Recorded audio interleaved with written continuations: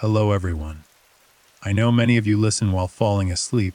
Before you drift off, leave a comment telling me where you're watching from. And don't forget to like and subscribe.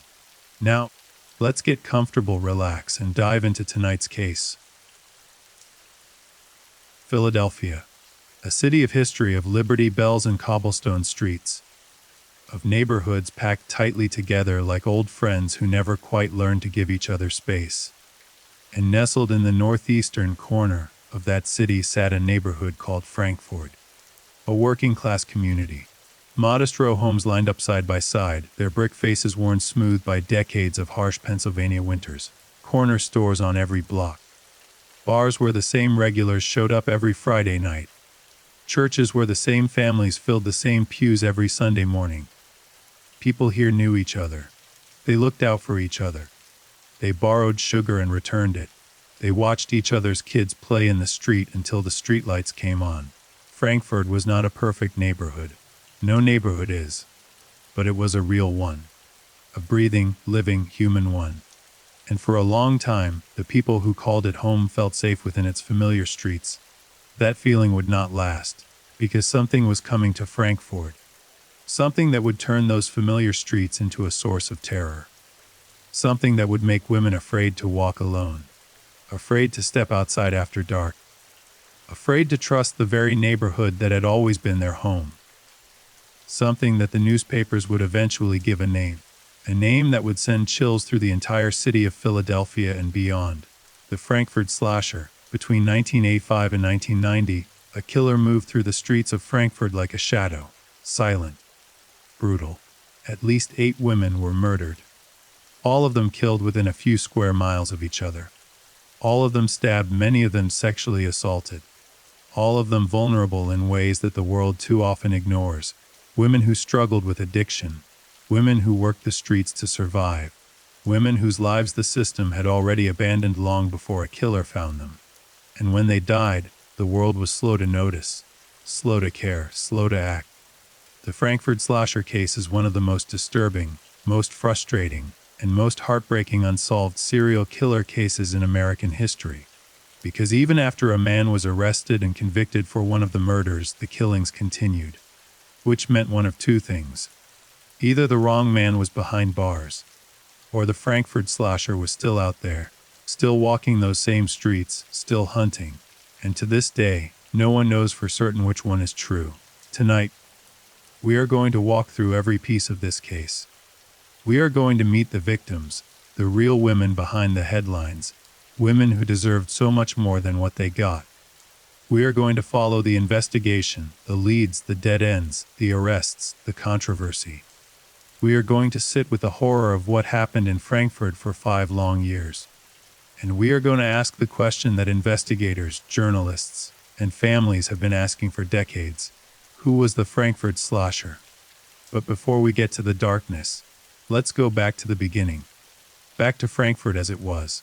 Back to a neighborhood that was just trying to survive. Frankfurt in the 1980s was a community caught between two worlds. It had once been a thriving industrial hub, a place where factories hummed and working-class families built stable, dignified lives. The Frankfurt Arsenal, a massive military facility that had operated since the early 1800s, had for generations provided employment to thousands of local residents. The neighborhood had its own identity, its own pride. People who grew up in Frankfurt remembered it fondly. The corner candy stores, the weekend block parties, the sense that you belonged somewhere, that you were part of something. But by the time the 1980s arrived, much of that stability had begun to crack. The Frankfurt Arsenal had closed in 1977, taking thousands of jobs with it. The factories that had once been the backbone of the local economy were shutting down one by one. Casualties of deindustrialization sweeping across the American Northeast. The men and women who had built their lives around those jobs found themselves suddenly without work, without income, without a clear path forward. Unemployment climbed, poverty spread. And with poverty came all the things that poverty always brings: desperation, addiction, crime, and the slow unraveling of a community that had once held itself together with remarkable strength. The crack cocaine epidemic hit Frankfurt hard in the mid-1980s. It hit nearly every working-class urban neighborhood in America hard during that period. But Frankfurt was particularly vulnerable because of how quickly its economic foundation had collapsed. Families that had been stable for generations suddenly found themselves struggling. Young people who had grown up expecting to follow their parents into the factories found those doors closed. And for some, not all, but some, the streets became the only economy left. Drug corners appeared. Prostitution increased along certain strips. The neighborhood's character began to shift in ways that frightened the older residents who remembered a different Frankfurt. It was within this context, this specific, painful, economically devastated context, that the Frankfurt slasher emerged. And it is impossible to understand the case. Impossible to understand why it went on as long as it did, and why so many women died before anyone was caught, without understanding the world those women lived in. A world that had already pushed them to its margins long before a killer came along. The women who would become the slasher's victims were not random strangers plucked from comfortable suburban lives. They were women who lived and worked in Frankfurt, women who struggled with addiction and poverty, women who engaged in sex work to survive. And in 1980s America to 1980s Philadelphia, those women were largely invisible to the systems that were supposed to protect them. The police did not prioritize their safety. The media did not rush to tell their stories. The community, struggling with its own fears and prejudices, was slow to recognize that these deaths were connected, slow to demand that someone do something. That invisibility cost lives. There is no other way to say it. The way these women were seen, or rather, the way they were not seen, by the institutions around them contributed directly to how long the Frankfurt slasher was able to operate without being stopped. And that is one of the most difficult and important truths of this entire case. But we are going to see them tonight. We are going to say their names and tell their stories. Because they deserve that. They always deserved that. The first victim attributed to the Frankfurt slasher was a woman named Helen Patent. Helen was 52 years old in the summer of 1985. She had lived in the Frankfurt area for most of her adult life. She was a woman who had known hardship, real hardship, the kind that grinds you down slowly over years, the kind that leaves marks you carry with you everywhere. She had struggled with addiction, as many people in her community did during those years.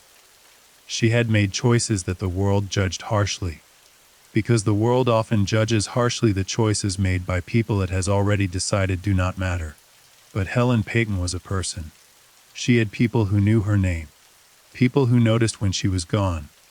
She had a life, however imperfect, however difficult, that was hers. And on August 19, 1985, that life was taken from her in the most violent way imaginable.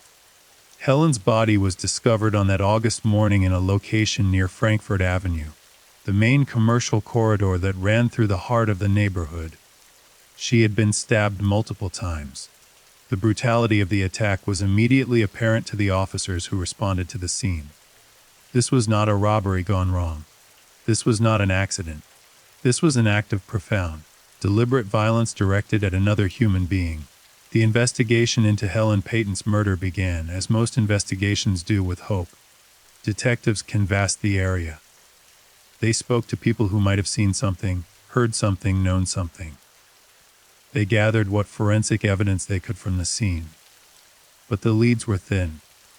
The neighborhood was not a place where people rushed to talk to the police, not because they didn't care about Helen, but because the relationship between Frankfurt's most vulnerable residents and law enforcement was complicated, built on years of mistrust that ran in both directions.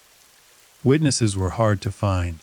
Information was hard to come by. Helen Patton's murder went unsolved, and life in Frankfurt continued, as life always does after tragedy, with a kind of stubborn, grieving momentum that carries people forward even when forward is the last direction they want to go. For a while that was where the story stood. One terrible murder, one unsolved case, heartbreaking. Yes, but not yet a pattern, not yet. The second murder connected to the Frankfurt slasher came more than a year later, in 1986. The victim was a woman named Anna Carroll. Anna was 68 years old. She was older than Helen, and her death added a disturbing dimension to what investigators were beginning to observe. The slasher did not seem to have a rigid type. at least not in terms of age. What connected his victims was not their physical appearance in any precise, narrow sense. What connected them was their vulnerability, their circumstances, their presence in a specific geographic area during a specific time of night. Anna Carroll had been in Frankfurt that evening. She moved through those familiar streets as she had countless times before. And then she didn't come home. Her body was discovered with evidence of the same brutal pattern that had taken Helen Payton's life. Multiple stab wounds, sexual assault. A level of violence that spoke to rage, to a complete and terrifying disregard for the humanity of the person being attacked. Investigators noted the similarities to the Payton case immediately. Same general area, same method, same horrifying degree of violence. But were they connected? That was the question. Before the era of sophisticated criminal profiling databases, before the kind of inter-departmental communication that modern law enforcement takes for granted, connecting murders across time was harder than it sounds. Detectives worked with what they had, and what they had was frustratingly little. Anna Carroll's murder also went unsolved, and then came Susan Ackerman. Susan Ackerman was found in late 1986, not long after Anna Carroll. She too had been stabbed multiple times. She too had been sexually assaulted. She too was discovered in the Frankfurt area, within the same narrow geographic corridor that had already claimed 2 lives. 3 murders, 3 women, all within a few square miles, all killed in the same way. By now, even within the cautious, evidence-driven world of homicide investigation, a pattern was becoming impossible to ignore. Someone was killing women in Frankfurt. Someone who knew the neighborhood, who knew how to find vulnerable women, who knew how to disappear afterward without leaving a trail that investigators could follow. Someone who was good at this, terrifyingly good. The Philadelphia Police Department began to take a harder look at the possibility that these murders were connected, that they were looking not at 3 separate killers, or 3 separate crimes of opportunity, but at one person. One methodical, brutal person who had been moving through Frankfurt streets and leaving bodies behind. The word that no one wanted to say. The word that carried with it a weight of fear that could destabilize an entire community, was beginning to form in the minds of investigators. Serial killer. They weren't ready to say it publicly. Not yet. There were procedures to follow, confirmations to seek, evidence to analyze. But privately, in the conversations between detectives working these cases, the shape of something terrible was beginning to come into focus. Something was very wrong in Frankfurt, and it wasn't finished yet. Let's pause for a moment on the geography of this case, because it matters enormously. Frankfurt Avenue was the spine of the neighborhood, a long, bustling commercial strip that ran through the heart of the community. During the day, it was alive with activity. Shops, restaurants, the elevated train that rattled overhead, pedestrians moving in every direction. It was the kind of street that felt safe because it was always busy, always populated, always lit. But at night, particularly in the later hours, Frankfurt Avenue changed. The shops closed their gates, the foot traffic thinned. The overhead train ran less frequently, its cars nearly empty. And in the bars and clubs that stayed open late, a different crowd gathered. People looking for company, for escape, for the particular kind of anonymity that nighttime in a city provides. It was in this nighttime world, in the shadows between the streetlights, in the narrow side streets that branched off Frankfurt Avenue like capillaries from an artery, that the slasher hunted. He knew this world. He was comfortable in it. He moved through it without drawing attention, without raising alarms, without leaving the kind of impression that people remember and report to the police.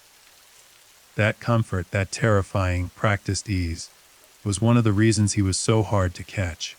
The murders continued. In the years following Susan Ackerman's death, more women were killed. The names accumulated with a weight that is almost unbearable to sit with. Jen Durkin, Catherine Jones, Joyce Watkins, Larissa Sarno. Each woman had a life. Each woman had people who loved her or had once loved her, or would have loved her if the world had given them the chance. Each woman was found in Frankfurt, stabbed, brutalized, discarded. The Philadelphia Police Department's response to the growing string of murders was, by many accounts, inadequate. This is not a simple accusation made with the benefit of hindsight. It was an observation made at the time by community members, by advocates, by journalists who watched the death toll rise and asked why more was not being done. The answer, uncomfortable as it is, circles back to the same truth we touched on earlier. These women were not seen as priorities. Their lives, their deaths existed at the intersection of poverty and addiction and sex work, a place where institutional concern has historically been thin. Residents of Frankfurt began to feel the fear that comes with knowing a killer is operating in your neighborhood and believing that no one in power is particularly motivated to stop him. Women changed their routines. They walked in pairs when they could. They avoided certain streets after dark. They whispered warnings to each other: be careful, watch out, stay close. The informal warning network that communities build when they feel abandoned by official institutions took hold in Frankfurt's most vulnerable corners. But warnings can only do so much, and the slasher kept killing. Let's talk about Jan Durkin. Jan was found in January of 1987. She was in her 30s, a woman who had lived a complicated life in a complicated neighborhood during a complicated time. The details of her death followed the pattern that investigators had now well established: multiple stab wounds, sexual assault, the same geographic footprint as the previous victims, the same signature of brutal, deliberate violence. By the time Jan Durkin was murdered, the Philadelphia police had officially begun treating the killings as the work of a single perpetrator. The Frankfurt slasher had a name, not a real name, not yet, but the kind of name the media gives to monsters when the monster has no face. It was a name born out of fear and frustration, a shorthand for something that the community could barely articulate but felt every day. The name appeared in newspaper headlines. It spread through the neighborhood, and with it came a particular kind of dread that is different from ordinary fear. The dread of knowing that something is out there, that it has a name, that it has killed before and will kill again, and that nobody has been able to stop it. The investigation intensified, at least publicly. The police department assigned more resources to the case. Detectives worked longer hours, followed more leads, knocked on more doors. The FBI was eventually consulted for criminal profiling assistance, an emerging discipline in the 1980s that was just beginning to be taken seriously by local law enforcement departments around the country. The profile that emerged from those consultations painted a picture of the likely killer: a white male, middle-aged, familiar with the Frankfurt neighborhood, likely a resident or frequent visitor. Someone who blended into the landscape, not a stranger, not someone who stood out, not someone who made people nervous when they walked past. Someone ordinary. Someone who looked exactly like everyone else. That ordinariness was the most terrifying part, because it meant the Frankfurt slasher could be anyone. The man at the end of the bar, the neighbor who nodded hello every morning, the regular at the corner store who always bought the same cigarettes and always paid with exact change. He could be anyone. And for years, he remained no one. Catherine Jones was found in the spring of 1987. She was 50 years old. Like the women before her, she had been stabbed multiple times, sexually assaulted, and left in the Frankfurt area.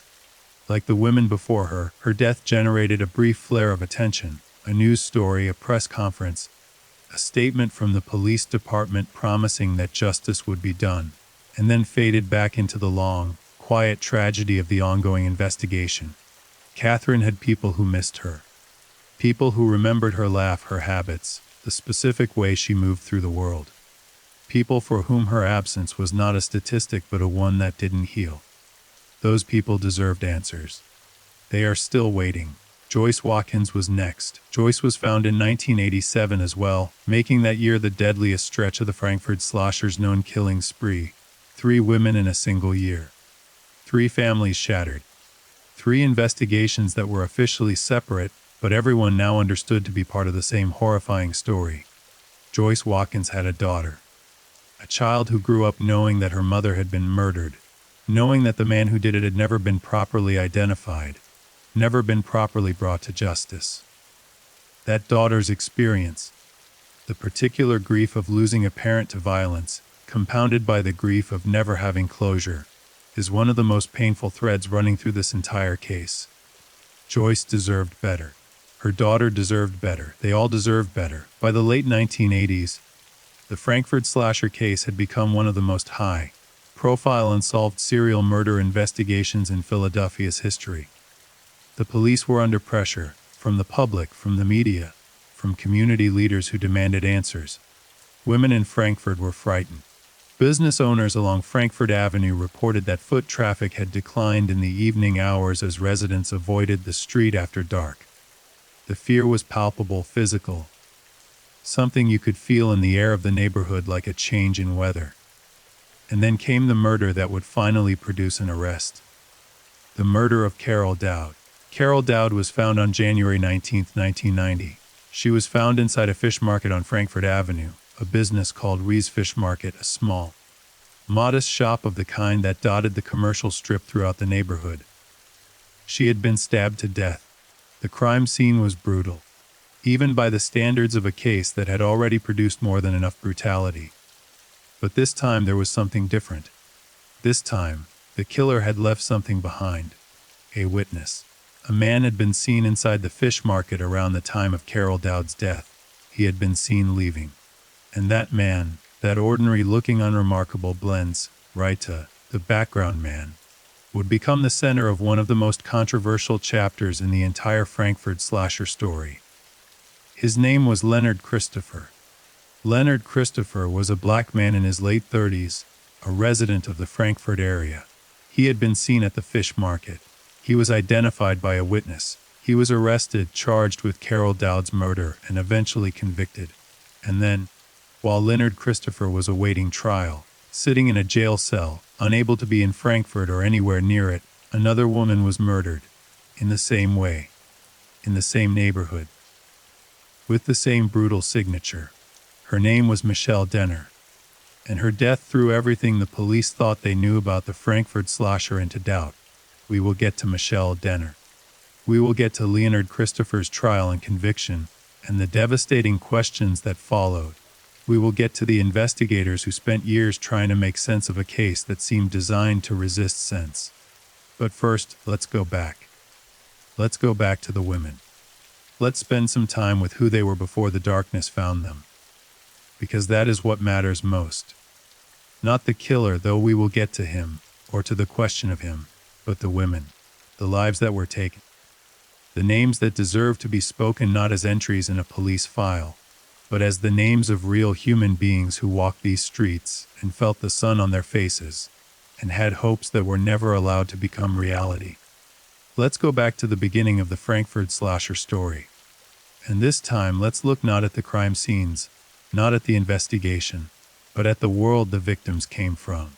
The world that shaped them. The world that in so many ways failed them. Frankfurt in the summer. The summers were hot in a way that eastern seaboard cities specialize in, humid and heavy. The kind of heat that sits on your chest and makes every breath feel like an effort. The row houses absorbed the heat during the day and released it slowly through the night, so that even when the sun went down, the neighborhood never quite cooled. People sat on their front steps in the evenings. Kids chased each other through the spray of open fire hydrants. The bars along Frankfurt Avenue kept their doors open, letting the noise spill out onto the sidewalk. The clink of glasses, the low murmur of conversation, the occasional burst of laughter. It was in this world, this hot, humid, alive, imperfect world, that the women of the Frankfurt slasher case lived their lives. They were part of the neighborhood's fabric. They walked those streets every day. They knew the shopkeepers and the regulars and the people who sat on their steps every evening watching the world go by. They were not outsiders. They were not strangers. They were Frankfurt. And that is what makes their deaths so devastating. Not just the violence of how they died, but the ordinariness of where they lived. They died in their own neighborhood, in the streets they knew, among the people who should have protected them. The case of Theresa Ciartino deserves particular attention, because her murder in 1989 came at a moment when the pressure on the Philadelphia Police Department to solve the Frankfurt slasher case had reached a new intensity. By 1989, the death toll attributed to the slasher had climbed to at least 6 women. The investigation had been ongoing for 4 years. And still there was no suspect, no arrest, no answer. Teresa Sartino was found on January 8, 1989. She was 30 years old. She had been stabbed multiple times. She was found in the Frankfurt area, within the same geographic corridor that had now claimed so many lives. Teresa was someone's daughter, someone's friend, a person who had moved through the world with the particular combination of toughness and vulnerability that life in Frankfurt in the late 1980s demanded. She had dreams, the way all people have dreams, even when the circumstances of their lives make those dreams feel impossibly distant. Her death renewed the fear in the neighborhood, renewed the anger, renewed the demand for answers that the police department had not been able to provide. Community meetings were held. Advocates for women's safety stood in front of television cameras and demanded that the city do more. Newspaper editorials questioned why a killer had been operating in a Philadelphia neighborhood for 4 years without being caught. The pressure was enormous, and the police were feeling it. They needed a break in the case. They needed something, a witness, a piece of evidence, a mistake by the killer, that would give them a thread to pull. They got it with Carol Dowd.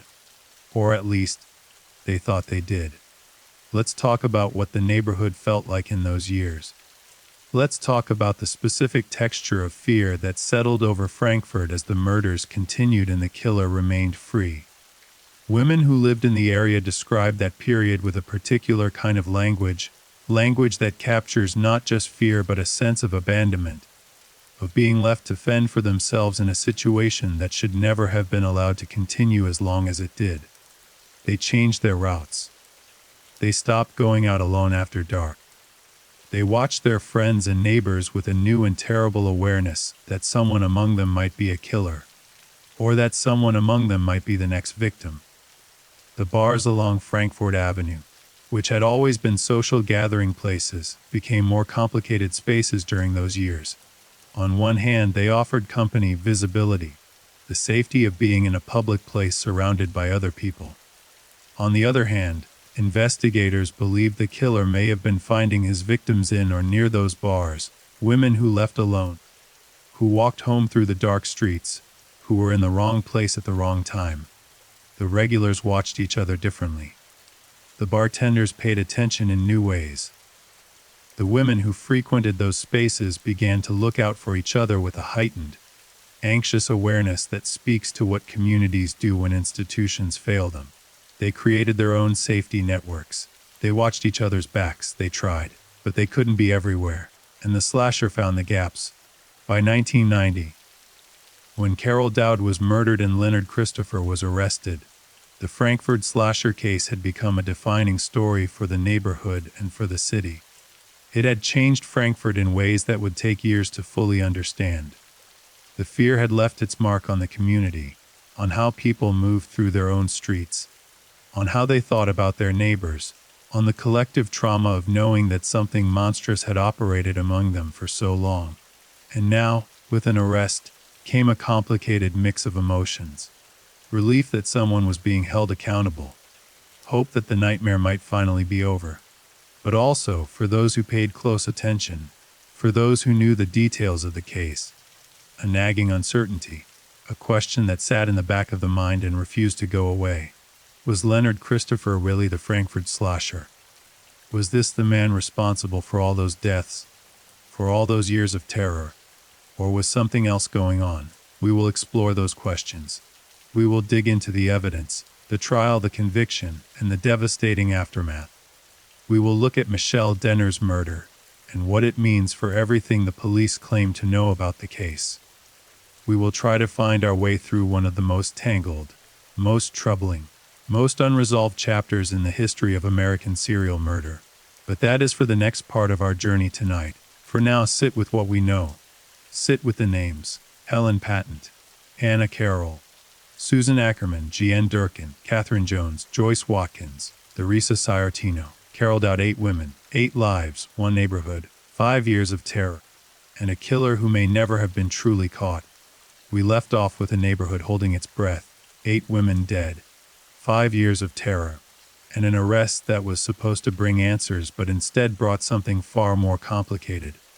We left off with a name, Leonard Christopher, and a question that nobody in Philadelphia's criminal justice system seemed fully prepared to answer. Was he the Frankfurt slasher? Tonight we are going to dig deeper. We are going to look at the investigation that led to Leonard Christopher's arrest. We are going to examine the evidence that put him in front of a jury. We are going to sit with the trial, the conviction, and the moment that changed everything, the moment that shook the foundations of the case and forced everyone involved to ask whether justice had truly been done, or whether something had gone terribly, terribly wrong. But before we get there, we need to spend more time with the victims. Because the story of the Frankfurt slasher is not, at its core, a story about a killer. It is a story about women, about lives, about what happens when a community's most vulnerable members are left without protection, without advocacy, without the basic institutional support that every human being deserves. So let's go back. Let's go deeper into the lives of the women who died. And let's understand, as fully as we can, the world they inhabited and the world that failed them. Helen Patton was the first. And in some ways, Helen's story sets the template for everything that followed. Not because her life was typical in any dismissive sense, but because the circumstances of her death, and the response to it, established a pattern of institutional indifference that would repeat itself with devastating consistency throughout the entire case. Helen was 52 years old in August of 1985. She had lived in the Philadelphia area for decades, moving through the kind of life that doesn't get written about in newspapers unless something terrible happens. She knew hardship. She knew addiction. She knew the particular exhaustion of being a woman in a struggling neighborhood in a struggling city during a particularly bruconomic period in American history. She had made choices that the world judged. She had survived things that the world never acknowledged. On the night August 19, 1985, Helen Patton was in the Frankfurt area. The details of how she came to be where she was found are lost to the kind of investigative fog that surrounds cases where the victims are seen as low priority. What is not lost is what happened to her. She was stabbed multiple times. She was sexually assaulted. She was left to die in a way that speaks to a level of hatred, or something that functions like hatred, that cold, dehumanizing fury, that is difficult to comprehend. When her body was found, the response was measured. Protectives came. Evidence was collected. Statements were taken. And then the machinery of investigation ground forward at the pace it tends to grind when the victim is a woman like Helen Patton. Not fast, not with the urgency that the situation demanded, but steadily, dutifully, without the kind of passion that might have made a difference. Helen's murder went unsolved. And the community moved on as communities do, because moving on is sometimes the only way to survive. But Helen did not move on. She stayed, in the case file, in the memory of the people who knew her, in the statistic that would eventually grow into a pattern that even the most indifferent institution could not ignore. She was the first, and she deserved to be the last. She deserved to be the case that triggered an immediate, overwhelming response that caught the killer before he could strike again. Instead, she became the beginning of a list. Anna Carroll was 68 years old when she died in 1986. 68 years old. That number is worth sitting with for a moment. The Frankfurt slasher's victims ranged widely in age, from women in their 20s to women in their 60s, and that range tells us something important about the nature of his hunting. He was not selecting victims based on a precise physical type. He was selecting based on opportunity, based on vulnerability, based on who was available and alone and unlikely to be immediately missed. Anna Carroll had survived 68 years of life. She had seen things, weathered things, persisted through things that most people never face. She was a woman of her generation, a generation that knew hardship as a constant companion, that had built lives out of limited materials and kept those lives going through sheer determination. She was someone's grandmother, someone's neighbor, someone whose presence in the neighborhood was woven into the daily fabric of life in ways that only became fully visible after she was gone. Her murder in 1986 added a dimension of horror to the emerging pattern that went beyond even the terrible violence of the crime itself. If a 68-year-old woman was not safe, then who was? If the killer's appetite was this indiscriminate, this broad, Then the threat extended further than anyone had initially imagined. The investigation into Anna Carroll's death, like the investigation into Helen Patton's death, produced few leads and no arrest. Detectives worked the case. They asked questions, they followed the threads they had. But the threads were thin, and they led nowhere definitive. Another name, another unsolved case, another family left without answers. Susan Ackerman's murder later in 1986 was the moment when investigators could no longer treat these cases as isolated incidents. 3 neighborhood, same method, same devastating signature of violence. The evidence of a pattern was now undeniable. Susan was a woman in her 40s, navigating the complicated terrain of life in Frankfurt during those years. She had her own story, her own history, her own network of relationships and responsibilities and small daily moments that made up the texture of a human life. She moved through the neighborhood streets with the familiarity of someone who had always been there, who belonged there, who had every right to be there, without fearing for her life. She was wrong to feel safe. Not because her fear would have saved her, there is no guarantee of that, but because the safety she assumed she had was illusory. The neighborhood she trusted was harboring something that had already killed twice and would kill again. Susan Ackerman's murder brought the Philadelphia Police Department to an uncomfortable crossroads. They now had 3 victims with clear similarities. They had a geographic cluster that was impossible to explain away as coincidence. And they had, if they were being honest with themselves, the beginnings of a serial murder case in one of their city's neighborhoods.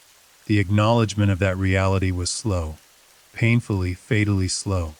And while the institutional machinery of law enforcement moved at its measured pace toward the recognition of what was happening, the killer moved at his own pace, faster, freer, bolder. The year 1987 was the worst. 3 murders in a single year, Jan Durkin in January, Catherine Jones in the spring, Joyce Watkins later that year. 3 women who had been alive at the start of 1987, going about their lives in the neighborhood they called home, and who would not see 1988. Jan Durkin was in her 30s. She was a woman with a daughter, with connections to the community, with a life that was complicated in the ways that many lives are complicated when poverty and addiction are part of the landscape. She was found in January, and her death carried with it the particular bleakness of winter in a northeastern city. The cold, the gray, the way that loss feels heavier when the light is thin and the days are short. The investigation into Jean's murder followed the now familiar pattern. Detectives arrived. Evidence was collected. The similarities to the previous murders were noted and documented, and the case was added to the growing file that the Philadelphia Police Department was building on the as yet unidentified Frankford slasher. By January 1987, the police had officially acknowledged that they were looking for a serial killer. The announcement was carefully worded, calibrated to convey seriousness without triggering full-scale panic. But the community already knew. The people of Frankfurt, particularly the women most at risk, had known for months. They had been living with the knowledge that something was hunting among them, long before any official acknowledgement confirmed what they could feel in their bones. The official acknowledgement brought both relief and new fear. Relief that the authorities were finally saying what everyone already understood. Fear because the official acknowledgement, and read a new way, made it a headline, a story, a thing with a name. The Frankfurt slasher. A name that landed in the neighborhood like a stone dropped in still water, sending ripples outward in every direction. Catherine Jones was 50 years old. She was found in the spring of 1987, and her murder added to the mounting pressure on the Philadelphia Police Department to produce results. Community leaders were speaking out. Advocates for women's safety were organizing. The media was paying attention in a way it had not at the beginning of a case, when the victims were easier to ignore. There is something important to say here about the media's evolving relationship with the Frankfurt slasher case. In the beginning, in 1985 and 1986, the murders of women like Helen Patton and Anna Carroll received limited coverage. They appeared in the newspapers, briefly, as crime items rather than as the lead stories they deserved to be. The women were described in ways that, consciously or not, communicated their marginalization, their addiction, their involvement in sex work, Their distance from the kind of respectable middle-class existence that tends to generate the most public sympathy. By 1987, with the official acknowledgement of a serial killer operating in the neighborhood, the story grew larger. It moved from the crime pages to the front pages. It became a story about public safety, about institutional failure, about the frightening reality of a killer who had been operating undetected for 2 years. And with that shift in framing came a shift, however partial, in how the victims were portrayed. They began to be written about as people rather than just as cases. Their humanity, which had always been there and had always mattered, began to be acknowledged in public discourse. It was too late for Helen and Anna and Susan, but for Catherine Jones and for the women who would come after. The increased public attention at least meant that their deaths were being witnessed, that their names were being spoken, that the demand for justice was growing louder. Joyce Watkins had a daughter. I said this in Chunk 1, and I want to return to it here, because it is one of the most humanizing and most heartbreaking details in the entire case. Joyce was a mother. She had a child who needed her, who loved her, who woke up one day in 1987 to a world that no longer contained her mother.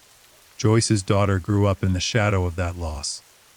Grew up knowing that her mother had been murdered by someone who was never properly identified, never brought to justice in any complete and satisfying way. Grew up carrying that grief and that unanswered question, who did this? Through every stage of her life, Joyce Watkins was a woman who, like all the other victims, had a complexity of experience in relationship and personality that extends far beyond what any case file or news article could capture. She was not just a victim. She was a mother, a neighbor, a person with a history and a future that was stolen from her.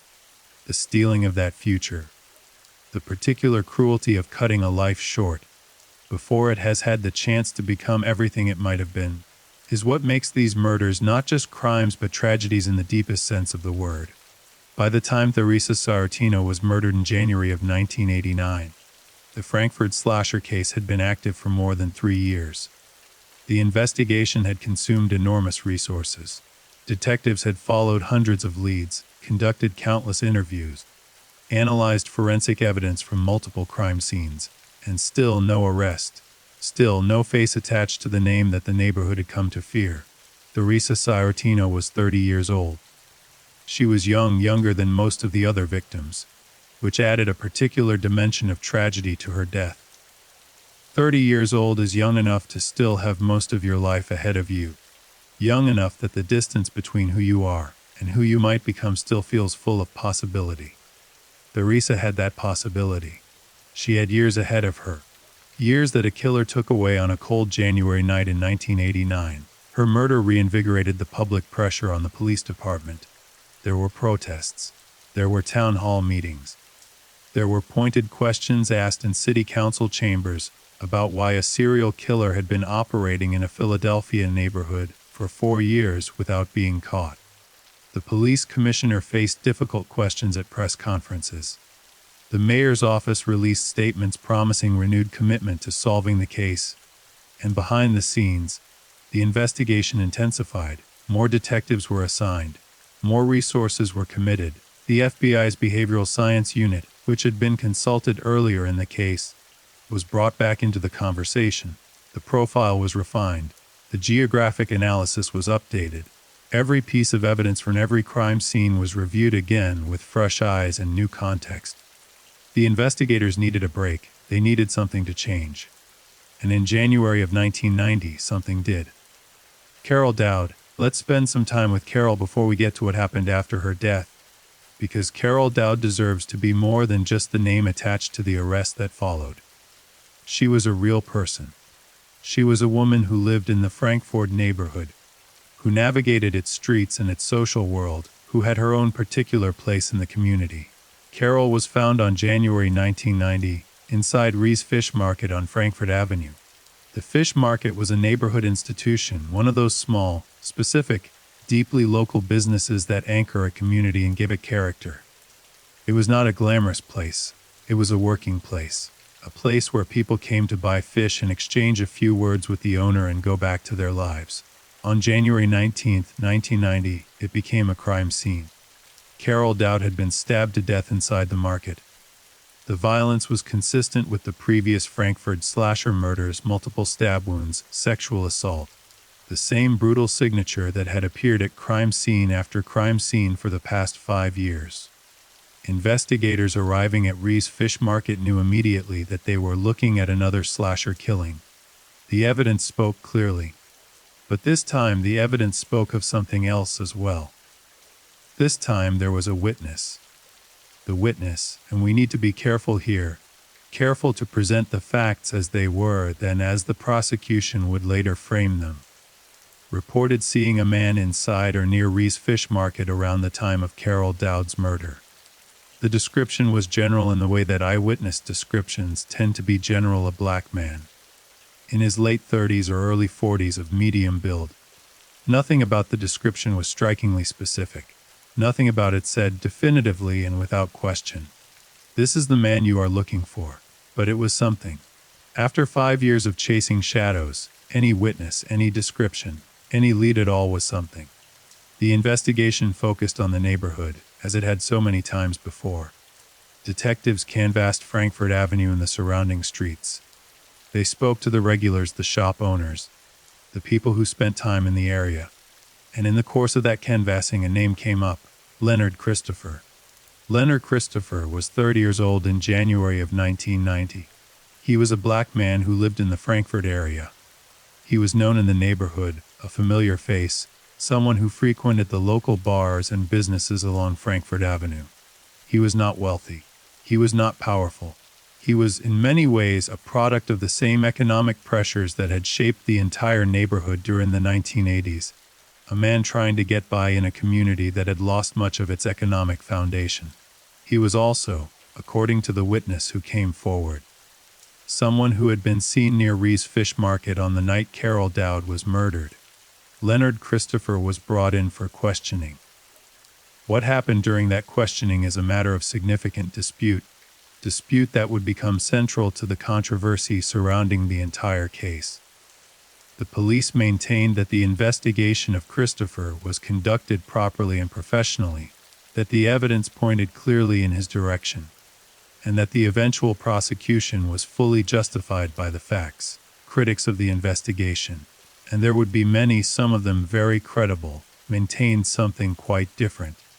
They argued that Leonard Christopher was a convenient suspect, that the investigation, under enormous pressure to produce a result after 5 years of failure, latched onto him with a speed and certainty that the actual evidence did not support.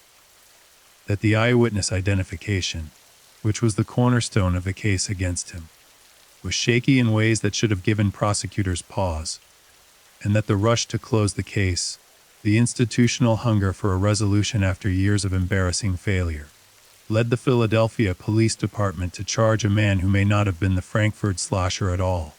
These are serious allegations. They deserve serious examination. And we will give them that examination as we move through this story. But first, let's understand what the prosecution's case against Leonard Christopher actually looked like. Because to understand why what happened next was so devastating, you need to understand what the authorities claimed they had. The case against Leonard Christopher rested on several pillars. The first and most important was the eyewitness identification. A witness had placed Christopher near the scene of Carol Dowd's murder around the time of the killing. Eyewitness testimony, despite its well-documented unreliability, remains among the most persuasive forms of evidence in the American legal system. Juries tend to believe people who say they saw something. The visceral certainty of "I saw him" carries a weight that forensic statistics and abstract arguments about memory often cannot overcome. The second pillar was Christopher's presence in the neighborhood. He was known to frequent the area. He had no ironclad alibi for the night of the murder. He was, by the logic of the investigation, someone who could have been at Rees Fish Market that night. The third pillar was more circumstantial: patterns of behavior, reported associations, the kind of evidence that prosecutors use to build a picture of a suspect's character and plausibility as a perpetrator. None of it was definitive. All of it was suggestive, in the way that circumstantial evidence is always suggestive, pointing in a direction without arriving at a destination. There was no physical evidence directly linking Leonard Christopher to Carol Dowd's murder. No DNA, no fingerprints at the scene, no murder weapon recovered with his prints on it. The forensic case, such as it was thin, but the eyewitness testimony was powerful. And in January of 1990, with the entire city of Philadelphia watching and demanding answers, it was enough. Leonard Christopher was charged with the murder of Carol Dowd. The arrest generated enormous attention. After 5 years of fear, 5 years of mounting deaths, 5 years of demanding that someone be held accountable, here finally was an arrest. The Philadelphia Police Department held a press conference. The district attorney's office announced that justice would be done. The newspapers ran headlines. In Frankford, the reaction was complicated. There was relief, the hope that maybe the nightmare was over, that the man who had terrorized the neighborhood for 5 years was finally in custody. But there was also uncertainty. People who knew Leonard Christopher found it difficult to reconcile the man they knew with the monster the authorities were describing. And some people who had lived in Frankford long enough to understand how the criminal justice system tended to operate in communities like theirs, had quiet, troubling doubts that they voiced carefully and to limited audiences. Those doubts would soon become impossible to ignore. The trial of Leonard Christopher proceeded through the Philadelphia court system in the months following his arrest. The prosecution presented its case, the eyewitness testimony, the circumstantial evidence, the narrative of a man who had been in the wrong place and done an unthinkable thing. The defense challenged the reliability of the eyewitness identification, pointed to the lack of physical evidence, and argued that the case against their client was built on a foundation too fragile to support a conviction. The jury deliberated. And then the jury returned a verdict: guilty. Leonard Christopher was convicted of the murder of Carol Dowd. He was sentenced to life in prison. And the authorities declared, with the particular confidence that institutions display when they have finally, after enormous pressure, produced a result, that the Frankford slasher had been brought to justice. The case was, in their telling, closed. It was not closed. 9 months after Leonard Christopher was convicted and sitting in a prison cell. 9 months after the authorities declared that the Frankford slasher had been caught, a woman named Michelle Dunner was murdered in Frankfurt. The details of Michelle Dunner's murder are almost unbearable to recount, not just because of the violence involved, but because of what that violence meant. Michelle was found stabbed to death. She had been sexually assaulted. The crime scene bore all the hallmarks of the Frankfurt slasher murders: the same method, the same geographic area, the same brutal signature that investigators had documented across 8 previous killings. Leonard Christopher was in prison. Leonard Christopher could not have killed Michelle Dunner, which meant one of two things. Either Leonard Christopher was not the Frankfurt slasher, had never been the Frankfurt slasher, and the real killer was still free, had been free all along, had watched a man be convicted for a crime connected to his killing spree, and had gone right on killing. Or the Frankfurt slasher had an accomplice, or a copycat, or someone else entirely had killed Michelle Dunner, inspired by or in imitation of the slasher, in a way that had nothing to do with the original series of murders. The Philadelphia Police Department chose, initially, to lean toward the second explanation. They suggested that Michelle Dunner's murder, despite its striking similarities to the slasher killings, was not necessarily connected, that it could be a copycat, that the conviction of Leonard Christopher remained sound. The public was not convinced. The community of Frankford was not convinced. The advocates who had been following the case from the beginning were not convinced. And some of the investigators who knew the details of the crime scenes most intimately were, privately, deeply troubled by what the death of Michelle Dunner implied. Let's sit with this for a moment. Let's really sit with it. A man was convicted of murder. A man was sentenced to spend the rest of his life in prison. And while he sat in that prison, someone else, someone who killed in exactly the same way, in exactly the same neighborhood, with exactly the same pattern of violence, killed again. What does that mean for justice? What does it mean for Leonard Christopher if he was innocent? What does it mean for the victims, for Carol Dowd? whose murder he was convicted of, and for all the other women whose deaths were implicitly attributed to him by the logic of the prosecution's case. What does it mean for Michelle Denner, the woman who died while the authorities were insisting they had already caught the killer? These are not rhetorical questions. They are real questions that real people, families, advocates, investigators, legal scholars have been wrestling with for decades. And they do not have easy answers. They may not have any answers at all, given how much time has passed and how little definitive evidence has ever been produced. But they demand to be asked. And they demand to be asked loudly and repeatedly. And without the kind of institutional defensiveness that tends to close ranks around a conviction, even when the conviction becomes untenable. The aftermath of Michelle Denner's murder created a crisis for the Philadelphia Police Department and the District Attorney's Office. The narrative they had constructed, the Frankford slasher caught, the neighborhood safe again, had collapsed. The press, which had celebrated the Christopher arrest with such enthusiasm, now turned its attention to the uncomfortable question of whether a terrible mistake had been made. Investigators were under pressure from multiple directions simultaneously. They needed to investigate Michelle Denner's murder. They needed to reassess, honestly and rigorously, whether the previous slasher murders had truly been the work of Leonard Christopher or someone else. And they needed to do all of this while managing the public fear that the news of another slasher-style killing had reignited in Frankford. It was an impossible situation.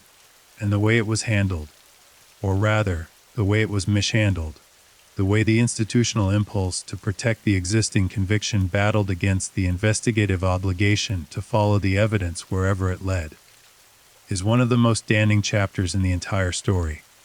The questions surrounding Leonard Christopher's conviction have never been fully resolved. He has maintained his innocence. Advocates for his release have argued over the years that the eyewitness identification that convicted him was unreliable, that the investigation that produced his arrest was shaped by the enormous pressure to close a case that had become a civic embarrassment, and that the murder of Michelle Denner provides powerful evidence that the real Frankford slasher was never caught. The prosecution and law enforcement have maintained that Christopher was properly convicted, that the evidence against him was sufficient, and that Michelle Denner's murder does not necessarily undermine the case.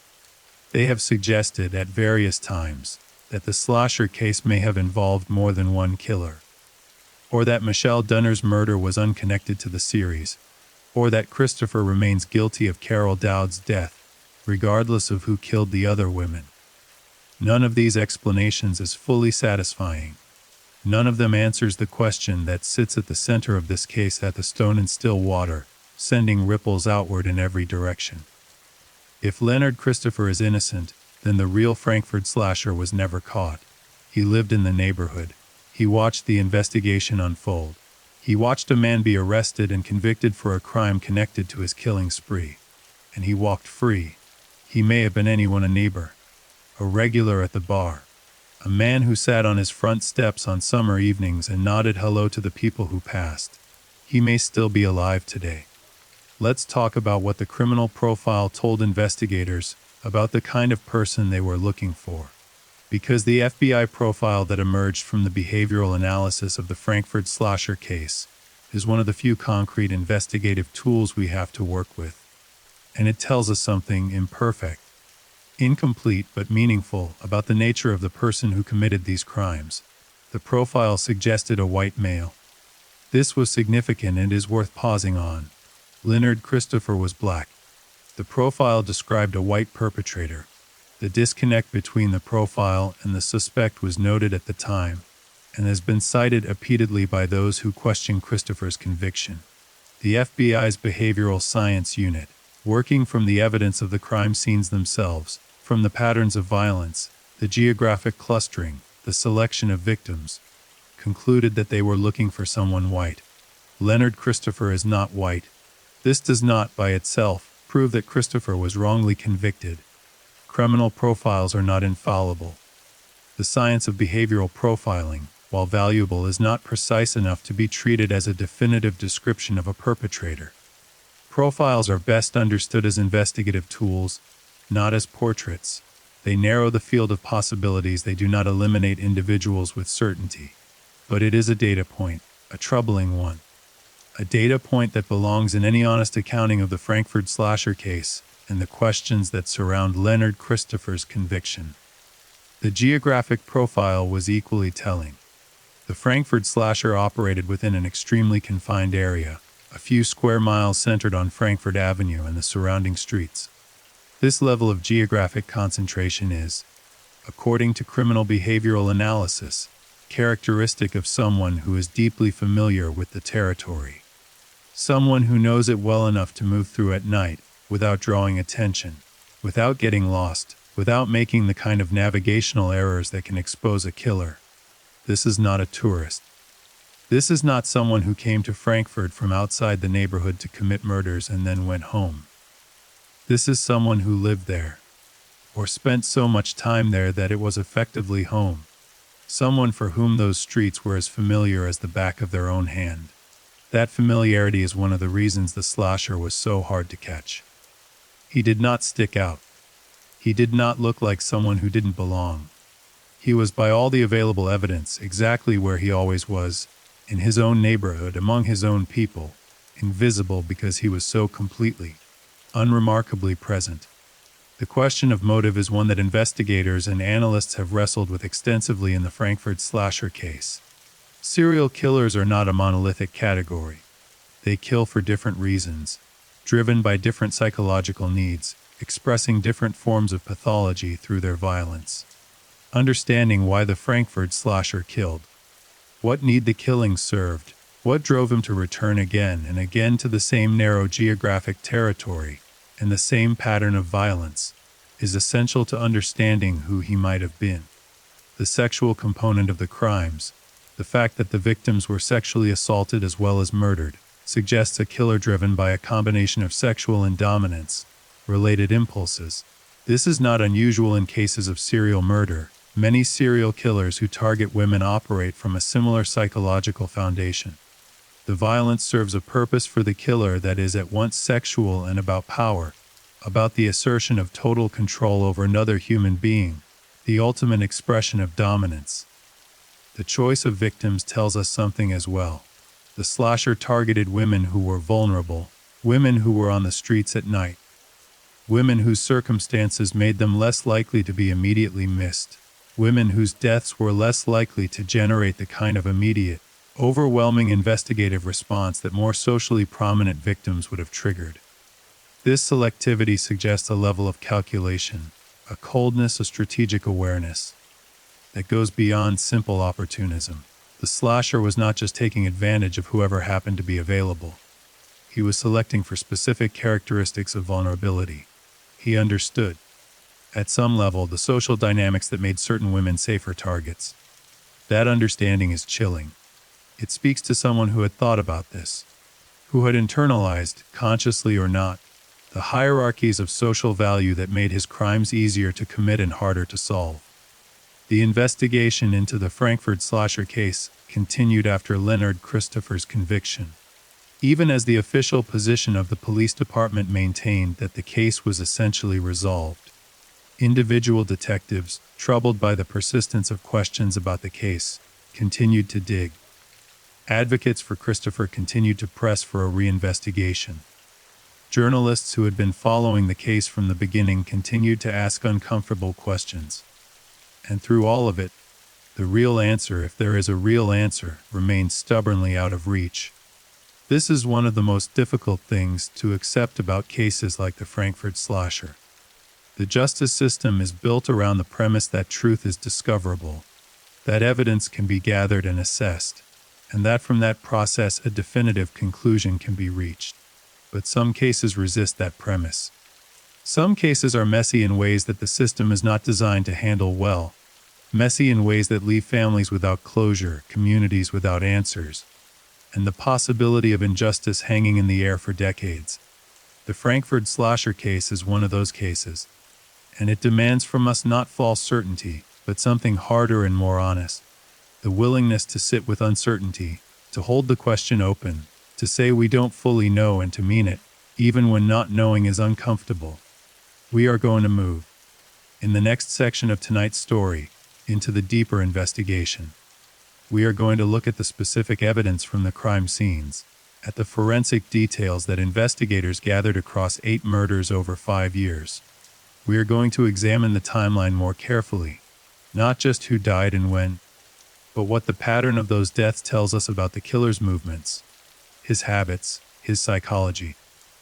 We are going to look at the witnesses, not just the eyewitness who identified Leonard Christopher, but all the witnesses, all the people who saw something or heard something or noticed something in the Frankford neighborhood during those years and came forward to tell investigators what they knew. And we are going to look at the suspects, not just Leonard Christopher, but the other names that surfaced during the investigation. The other individuals who drew the attention of detectives at various points and for various reasons. Because the Frankford slasher investigation did not end with Leonard Christopher. It continued. And it produced over the years a collection of alternative theories and potential suspects that has never been fully resolved. The darkness of this case runs deep, and we have more ground to cover before we reach anything approaching resolution. Stay with me. Before we close this chunk of our story, let's return one more time to Frankfurt itself. Let's return to the neighborhood, to the streets, to the people who lived through those years and carried the weight of what happened there. The Frankfurt of the late 1980s and early 1990s was a community that had been through something traumatic, not in the abstract institutional sense, not in the way that cities can be said to have experienced trauma through statistics and policy failures, but in the immediate, visceral, personal sense. Real people had lived in fear for years. Real women had changed the way they moved through their own neighborhood because they were afraid of being killed. Real families had lost members to a violence that remained unexplained, unpunished, and therefore somehow still present. The trauma of those years did not disappear with Leonard Christopher's conviction. Because even if you accepted the conviction, even if you believed that justice had been done in the Carol Dowd case, the broader truth of what had happened in Frankfurt remained unaddressed. 7 other women had been murdered. Their murders had never been prosecuted. Their killers, whether it was the same person who killed Carol Dowd or someone else entirely, had never been brought to trial. 7 unsolved murders. 7 families without justice. 7 sets of questions that have never been answered. That is the true weight of the Frankfurt slasher case. Not just the horror of the crimes themselves, but the accumulated, compounding weight of all that has never been resolved. All the truth that has never been found. All the justice that has never been done. We have spent time with the victims. We have walked through the early years of the investigation.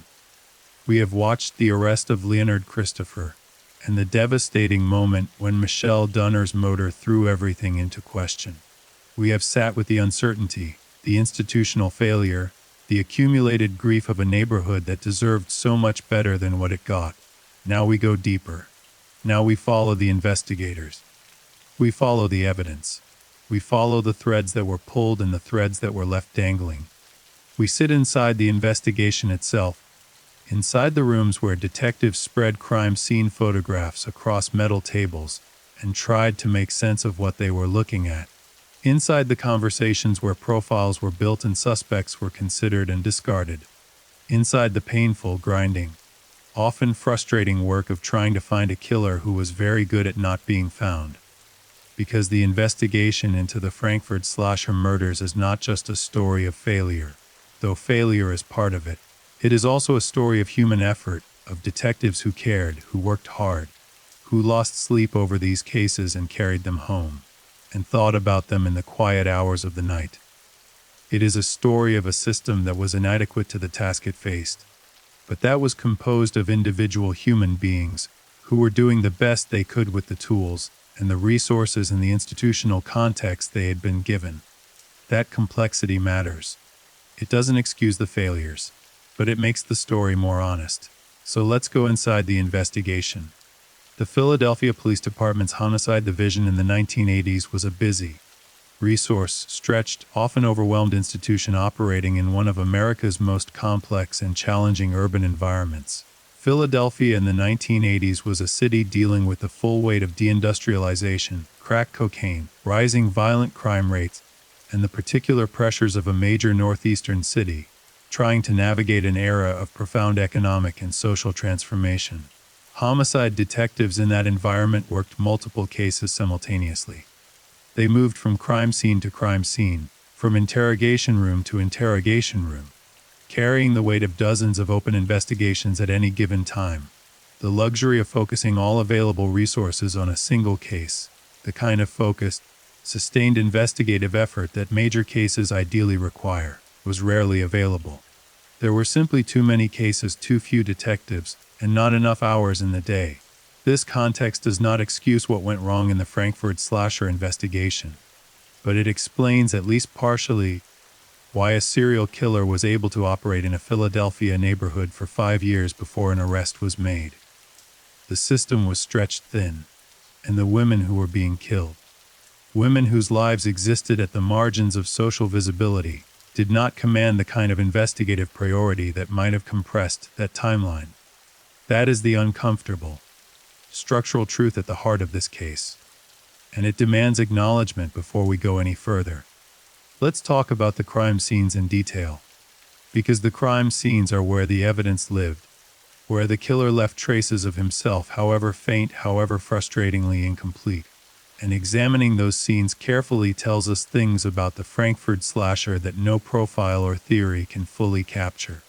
The first thing that strikes any careful analyst of the Frankford slasher crime scenes is the consistency. Across 8 murders spanning 5 years, the pattern held with remarkable fidelity. Multiple stab wounds, always stab wounds, never a shooting, never strangulation, never blunt force trauma. Sexual assault in the majority of cases. A geographic footprint so narrow it could be measured in city blocks. A tendency toward indoor or semi-enclosed locations, not the open street, not a park, but the kinds of spaces that offered partial concealment. Fish markets, narrow alleyways, the sheltered doorways and back passages of a dense urban neighborhood. That consistency is significant. It tells us about a killer with a fixed, established pattern of behavior, someone who had found what worked for him and returned to it reliably. Serial killers often evolve over time, refining their methods as they learn from experience and close calls. But the Frankford slasher did not appear to evolve dramatically. His approach in 1989 and 1990 looked much like his approach in 1985. He had a method and he stayed with it. What does that tell us about him? It tells us that he felt relatively safe, that he did not believe his method was likely to get him caught, that the environment, the geography, the social dynamics, the investigative response was, from his perspective, working in his favor. He was not making changes because he did not feel he needed to make changes. That confidence, that terrible self-assured confidence, is one of the most chilling aspects of the Frankford slasher's profile. The weapons used in the Frankford slasher murders were never definitively identified. No murder weapon was ever recovered and matched to multiple crime scenes in a way that definitively linked the killings. What investigators could establish from the wound patterns, the depth, the angle, the width of the stab wounds, was that the killer used a knife with a blade of substantial length, consistent across the murders. This is not unusual for a killer who returns to the same method repeatedly. He would have used a familiar weapon, one he knew and was comfortable with. The absence of a recovered weapon is significant in itself. It tells us that the killer was careful, that he did not leave his weapon at the scene, that he took it with him when he left. That level of care, sustained across 8 murders over 5 years, speaks to someone who thought about what he was doing, who understood at some level what left evidence and what did not, who was not acting in a frenzy of uncontrolled emotion but with a degree of deliberation, even in the midst of the most violent acts. This is a difficult thing to hold in the mind, the image of someone capable of such brutal violence who was also capable, immediately afterward, of the cold, practical thought required to take his weapon and walk away, blend back into the neighborhood as if nothing had happened. But that is what the evidence suggests. And the evidence does not lie to make us comfortable. The forensic investigation of the Frankford slasher crime scenes was conducted with the tools available to law enforcement in the mid to late 1980s, and those tools by modern standards were limited in important ways. DNA analysis, which would transform forensic investigation in the 1990s and beyond, was in its infancy during the years of the Frankford slasher murders. The technique existed, it had been developed in the mid-1980s, but its application in criminal investigations was not yet routine. The databases that would later allow investigators to run DNA profiles against a national registry of offenders did not yet exist. The capacity to extract DNA from degraded or mixed samples, a capacity that is now almost routine, was not yet available. This matters enormously for the Frankford slasher case, because it means that biological evidence that might, with modern techniques, have produced a definitive identification of the killer was collected and stored, or in some cases, tragically, not collected and stored, using methods that did not anticipate what science would later make possible. As forensic technology improved in the 1990s and 2000s, investigators revisited the Frankford slasher evidence with new tools. There were attempts to extract usable DNA profiles from the biological material recovered at the crime scenes. The results of those attempts have not been fully disclosed publicly, which is itself a source of frustration for the families and journalists who have been following the case. What is known is that the forensic reinvestigation of the case produced tantalizing possibilities, but no definitive public resolution. Either the evidence was too degraded, too contaminated, or too poorly preserved to yield the answers that modern technology might otherwise provide, or the answers that were found have not been shared for reasons, ongoing investigative sensitivity, the complications surrounding Leonard Christopher's conviction that have never been fully explained. Let's talk about the witnesses. Because the witness testimony in the Frankford slasher case is one of its most complicated and contested elements, and not just because of the eyewitness who identified Leonard Christopher. Throughout the 5 years of the killing spree, investigators gathered witness statements from dozens of people in the Frankford neighborhood. Neighbors who had heard unusual sounds, bar patrons who had noticed something odd, shopkeepers who had observed unfamiliar behavior, people who, in the normal course of their lives in the neighborhood, had seen or heard or sensed something that might, in retrospect, be relevant. The problem with witness testimony, in any investigation, but especially in one spanning multiple years and multiple crime scenes, is that it is filtered through memory, through interpretation, through the narrative constructions that human beings naturally impose on their experiences. People do not remember events like cameras record them. They remember impressions, fragments, reconstructions. And those reconstructions are shaped by everything that has happened between the original event and the moment of recollection, including, crucially, everything the witness has heard and read and been told about the case in the intervening time. By 1990, when the Frankford slasher case was at its peak public profile, everyone in the neighborhood had been saturated with information about the case. The name was in the newspapers. The profile had been discussed on the news. People knew what investigators were looking for, at least in broad strokes. And that knowledge inevitably shaped how they interpreted their own memories and observations. This is not a criticism of the witnesses themselves. It is a fundamental aspect of how human memory works, and it is one of the central challenges of witness-based investigation. The witnesses in the Frankford case were, for the most part, doing their best to be helpful. But helpful intentions do not guarantee accurate recollection. The eyewitness who identified Leonard Christopher deserves particular scrutiny, not because the witness was necessarily lying, but because eyewitness identification is one of the most thoroughly documented sources of error in the American criminal justice system. The research on eyewitness reliability is extensive and sobering. Studies conducted over decades have demonstrated that eyewitnesses are frequently, confidently, genuinely wrong about what they saw. The conditions under which the identification is made, lighting, stress, duration of the observation, cross-racial identification, all affect accuracy in ways that are now well understood, and cross-racial identifications, in which a witness of one race identifies a suspect of another, are among the most error-prone of all. In the Christopher case, the eyewitness identification occurred under conditions that should have raised significant caution flags. It was a nighttime observation. The witness had limited time to observe the individual in question, and there were cross-racial elements to the identification that the research literature consistently identifies as reliability concerns. None of this was adequately addressed at trial. The eyewitness took the stand, stated their identification with apparent certainty, and the jury, as juries so often do, found that certainty persuasive. The defense's challenges to the reliability of the identification did not prevail, but those challenges were, in retrospect, well-founded.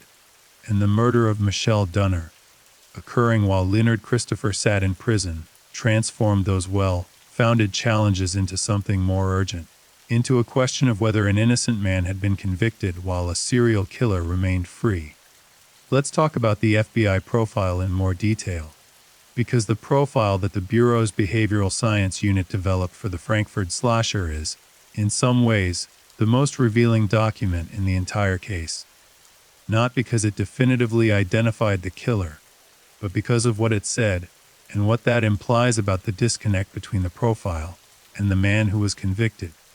The profile described the likely perpetrator as a white male, between the ages of 35 and 50, living in or immediately adjacent to the Frankford neighborhood, someone with a deep familiarity with the geographic area and its social landscape, someone who was comfortable in the bars and social spaces along Frankford Avenue, someone who was able to approach women without triggering immediate alarm, which implied a certain social ease, a non-threatening demeanor, an ability to seem ordinary and unthreatening in social contexts.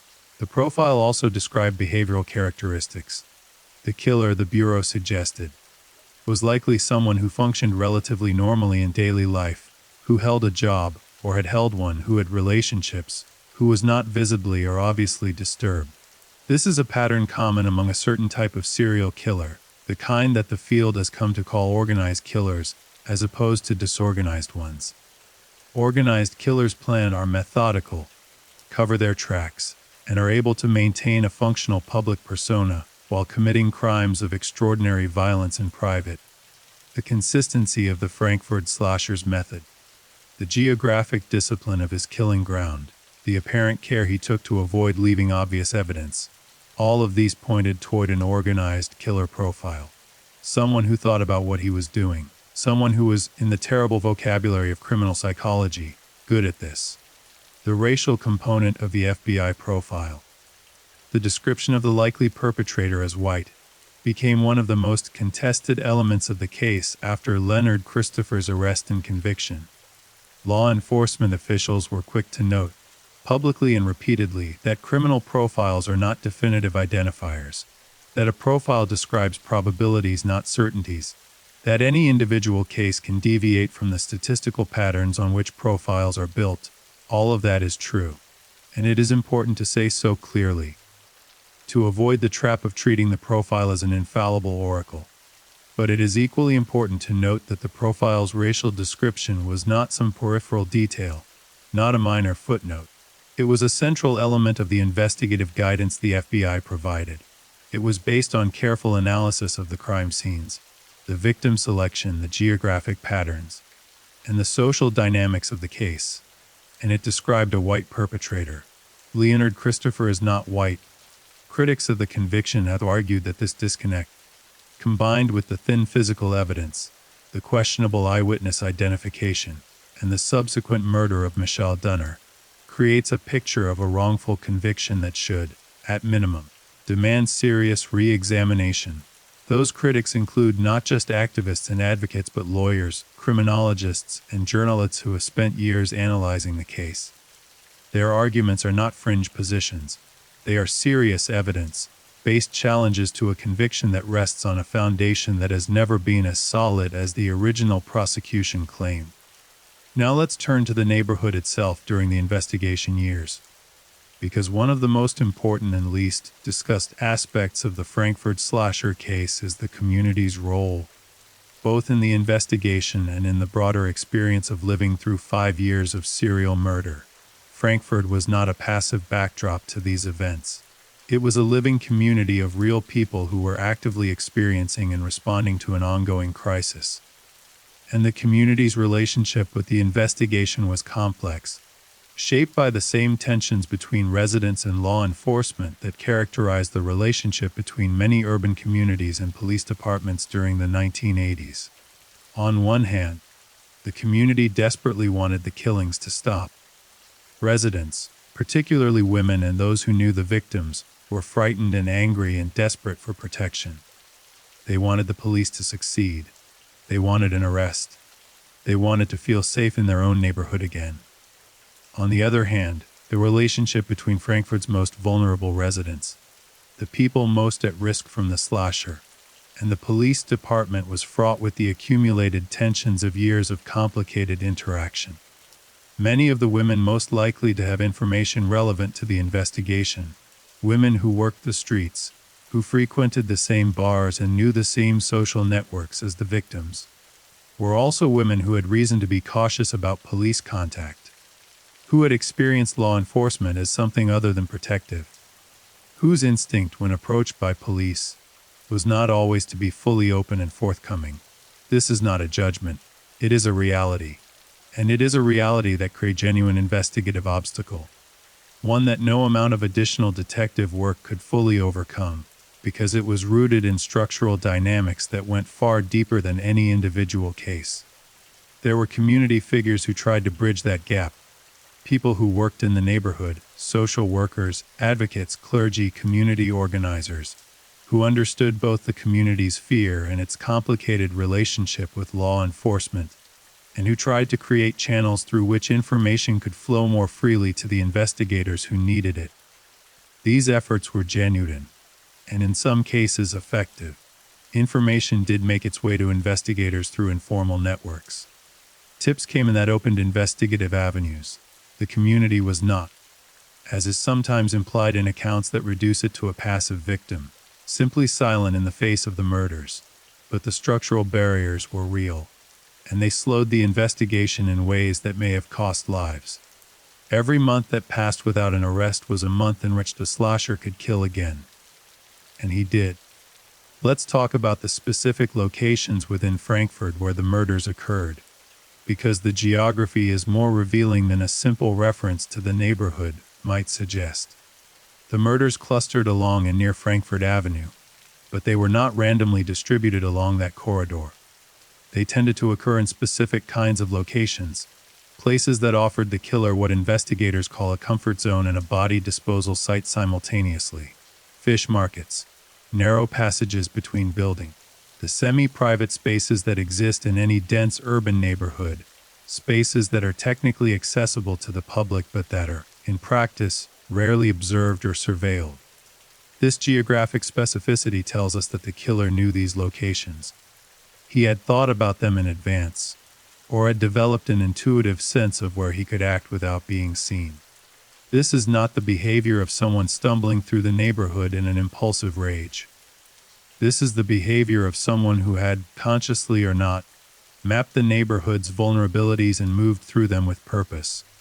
The fish market where Carol Dowd was murdered, Rees Fish Market, was a particularly specific and revealing location. It was a small enclosed business space. It was located on Frankfurt Avenue, busy during the day but quieter after closing. It was the kind of location that a person familiar with the neighborhood would know well, would pass regularly, would understand in terms of its rhythms of activity and quiet. That familiarity points, again, to someone deeply embedded in the neighborhood, someone for whom Frankfurt Avenue was home ground, not foreign territory. The investigation underwent several significant shifts in focus over the course of its 5-year run before Leonard Christopher's arrest, and tracing those shifts tells us something about how the authorities' understanding of the case evolved, and, in some cases, how it went wrong. In the early phase, the investigation, 1985 and 1986, the murders were being treated largely in isolation. Each case had its own detective team, its own file, its own investigative trajectory. The connection between the cases was suspected but not yet officially established. This siloing of what were, in retrospect, clearly connected cases meant that insights that might have emerged from looking at the full pattern were slow to develop. When the cases were officially linked in 1987 and a task force approach was adopted, the investigation gained momentum in some ways and lost it in others. gaining momentum because the pooling of information from multiple crime scenes allowed investigators to develop a more complete picture of the pattern. Losing it because task force investigations have their own dynamics, turf issues, communication problems, the challenge of coordinating multiple detectives with different working styles and different theories. The FBI's involvement brought outside expertise that was genuinely valuable. The behavioral profile, whatever its limitations, gave investigators a framework for thinking about the case that they had not had before. The focus on geographic profiling, on understanding the slasher's relationship to the Frankford territory, and what that implied about his base of operations, was an important analytical contribution. But the FBI's involvement also brought a certain rigidity to the investigation's conception of the likely perpetrator. Once the profile was established, there was a natural tendency, an understandable but dangerous tendency, to filter evidence through the profile's expectations, to see what fit and to be less attentive to what didn't, to look for the kind of person the profile described, and to be less open to possibilities that fell outside its parameters. This filtering effect may have been one of the factors that led investigators toward Leonard Christopher. He fit some elements of the investigative picture. He was present in the neighborhood. He had been identified by a witness. He was in the pressure-filled context of 1990, a plausible suspect. But he did not fit the FBI's racial profile. He did not fit the described profile of an organized killer with a deep, calm familiarity with his environment. Or rather, there is nothing in the public record that clearly establishes him as such. The evidence against him was circumstantial, except for the eyewitness identification. And the eyewitness identification, as we have established, is among the least reliable forms of evidence in the criminal justice system. When Michelle Denner was murdered while Christopher sat in prison, the profile question became acute. If the FBI's profile was correct, if the slasher was a white male deeply embedded in the Frankford neighborhood, then Christopher, who is black, was very unlikely to have been the killer. And Michelle Denner's murder, bearing the slasher's signature, suggested that the real killer was still active. The authorities' response to this challenge, the insistence that Michelle Denner's murder might be unconnected, might be a copycat, has never been fully convincing. The similarities between Denner's murder and the established slasher pattern were too precise, too specific to be easily as coincidence or imitation. Let's talk about the other suspects. Because Leonard Christopher was not the only person who drew investigative scrutiny during the Frankford slasher investigation. There were others, individuals whose names surfaced in the course of the investigation, who were looked at and, for various reasons, either cleared or set aside.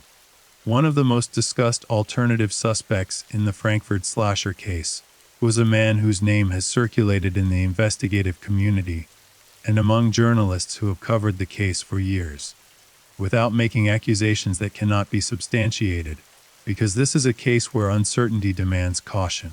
We can say that investigators identified at least one individual who fit the FBI profile more closely than Leonard Christopher did. A white male, a Frankford neighborhood resident. Someone with a history of interaction with women in the area's bars and social spaces. Someone whose behavior during the investigation period raised questions among those who knew him. This individual was investigated. He was, by available accounts, questioned. But he was not charged. Whether that was because the evidence against him was insufficient, because investigative resources had already been committed to the Christopher case, or because of some other factor, is not entirely clear from the public record. What is clear is that the case against this alternative suspect was never fully developed. And whether that failure represents a missed opportunity, whether this individual, or someone like him, was the real Frankford slasher, remains one of the central unanswered questions of the entire investigation. There is something deeply uncomfortable about this part of the story. Because if an alternative suspect existed who fit the profile better than Leonard Christopher, if there was someone out there who the investigators knew about, who they had looked at and then, for whatever reason, set aside in favor of pursuing Christopher, then the failure is not just investigative. It is moral. A man may have gone to prison for a crime he did not commit. A killer may have walked free. and the women of Frankford, all 8 of them, plus Michelle Denner, whose murder was never officially connected to the series, may never receive justice. That is not an abstraction. That is a specific, concrete moral failure with specific, concrete victims. And sitting with that failure, acknowledging it honestly, is part of what it means to take this case seriously. The investigation also considered at various points the possibility that the Frankford slasher murders were connected to other cases of violence against women in the broader Philadelphia area. Were there murders outside the Frankford neighborhood that bore the same signature? Were there cases in adjacent neighborhoods that might have been committed by the same perpetrator, either before the Frankford killings began or after they apparently stopped? This line of inquiry produced some suggestive leads but no definitive connections. There were murders of women in other parts of Philadelphia during the same period that shared some characteristics with the Frankford cases. Whether those similarities represented a connection to the slasher or simply reflected the broader statistical reality of violence against vulnerable women in urban environments during the 1980s crack epidemic has never been definitively established. What the inquiry did produce was a broader awareness of the scale of the problem. Not just the specific Frankford murders, but the larger pattern of violence against vulnerable women that those murders existed within. The Frankford slasher was, in some sense, an extreme manifestation of a systemic problem that affected women across multiple Philadelphia neighborhoods. The specific horror of his killing spree existed within a broader landscape of danger and institutional neglect that extended far beyond Frankford Avenue. Let's return for a moment to Theresa Sortino, because Theresa's case illustrates something important about the investigation that we have not yet fully explored. Theresa was murdered in January of 1989. By that point, the task force investigating the Frankford slasher had been active for nearly 2 years. Investigators had developed the FBI profile. They had canvassed the neighborhood extensively. They had gathered witness statements from dozens of people. They had forensic evidence from multiple crime scenes, and yet they were unable to prevent Theresa's death, unable to intervene before the killer found another victim, unable, despite all their accumulated knowledge and all their investigative resources, to stop a murder that, by the pattern of behavior they had documented, they should have been able to anticipate would happen. The killer was going to kill again. The investigators knew that. They knew the geographic area he operated in. They knew the type of victim he selected. They knew the method he used. They knew, roughly, the circumstances under which he found his victims. And still they could not stop him. This failure, this specific, agonizing failure to prevent a murder that the accumulated intelligence of the investigation should have helped prevent, is one of the most haunting aspects of the entire case. It speaks to the limits of reactive law enforcement in the face of a determined, organized, geographically embedded serial killer. It speaks to the resources that were not committed to protecting the most vulnerable women in the neighborhood. And it speaks to the terrible human cost of those failures. Theresa Sortino died because the systems that should have protected her did not work. That is not a comfortable sentence, but it is a true one. As we move deeper into the investigation, we begin to encounter the question of why the Frankford slasher stopped, or appeared to stop, when he did. After the murder of Carol Dowd in January of 1990 and the subsequent arrest of Leonard Christopher, there were no further murders officially attributed to the slasher. Michelle Denner's death in 1990, which bore his signature, was not officially linked to the series. And after that, silence. What explains that silence? Several possibilities present themselves. The first and most reassuring is that Leonard Christopher was indeed the Frankford slasher, and his imprisonment ended the killing spree. Under this theory, Michelner's murder was either a coincidence, a copycat, or an isolated crime unconnected to the series. The second possibility is that the real Frankford slasher stopped killing after 1990 for reasons unrelated to Christopher's arrest. Serial killers do sometimes stop through death, through imprisonment for an unrelated crime, through relocation, or through some change in their psychological circumstances that interrupts the pattern of their violence. If the slasher simply stopped, the apparent end of the killing spree would look identical to what we see in the case record. regardless of whether Christopher was guilty. The third possibility, the darkest one, is that the Frankford slasher did not stop, that he continued to kill, but that subsequent murders were not connected to the series, either because they occurred in different geographic areas, or because the victims were different enough from the established pattern to escape notice, or because the investigation's focus on the Christopher case meant that investigators were no longer actively looking for a continuing slasher. None of these possibilities can be definitively ruled out, and that ambiguity is part of what makes the Frankford slasher case so persistently, so deeply troubling. There is one more aspect of the investigation that we need to examine before we move on, and it is perhaps the most uncomfortable of all. It is the question of what the investigation reveals about how the city of Philadelphia, its police department, its district attorney's office, its media, its political establishment valued the lives of the women who were killed. The answer, examined honestly, is not flattering. Women were dying. They were dying in a pattern that was, by 1987, unmistakably the work of a serial killer. And the institutional response, while not negligible, was not commensurate with the scale and urgency of the crisis. Resources that might have been committed were not committed. Investigative priorities that might have been shifted were not shifted. The political and media attention that drives institutional action, that creates the pressure that causes police commissioners to reassign detectives and mayors to demand results, was slow to materialize. Why? Because the victims were women whose lives existed at the margins of social visibility.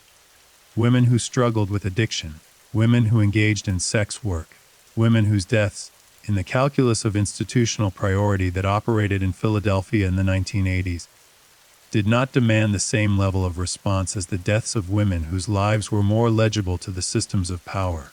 This is a damning observation, and it needs to be made clearly and without hedging. The women who died at the hands of the Frankford slasher were failed not just by a killer who targeted them, and a system that could not catch him.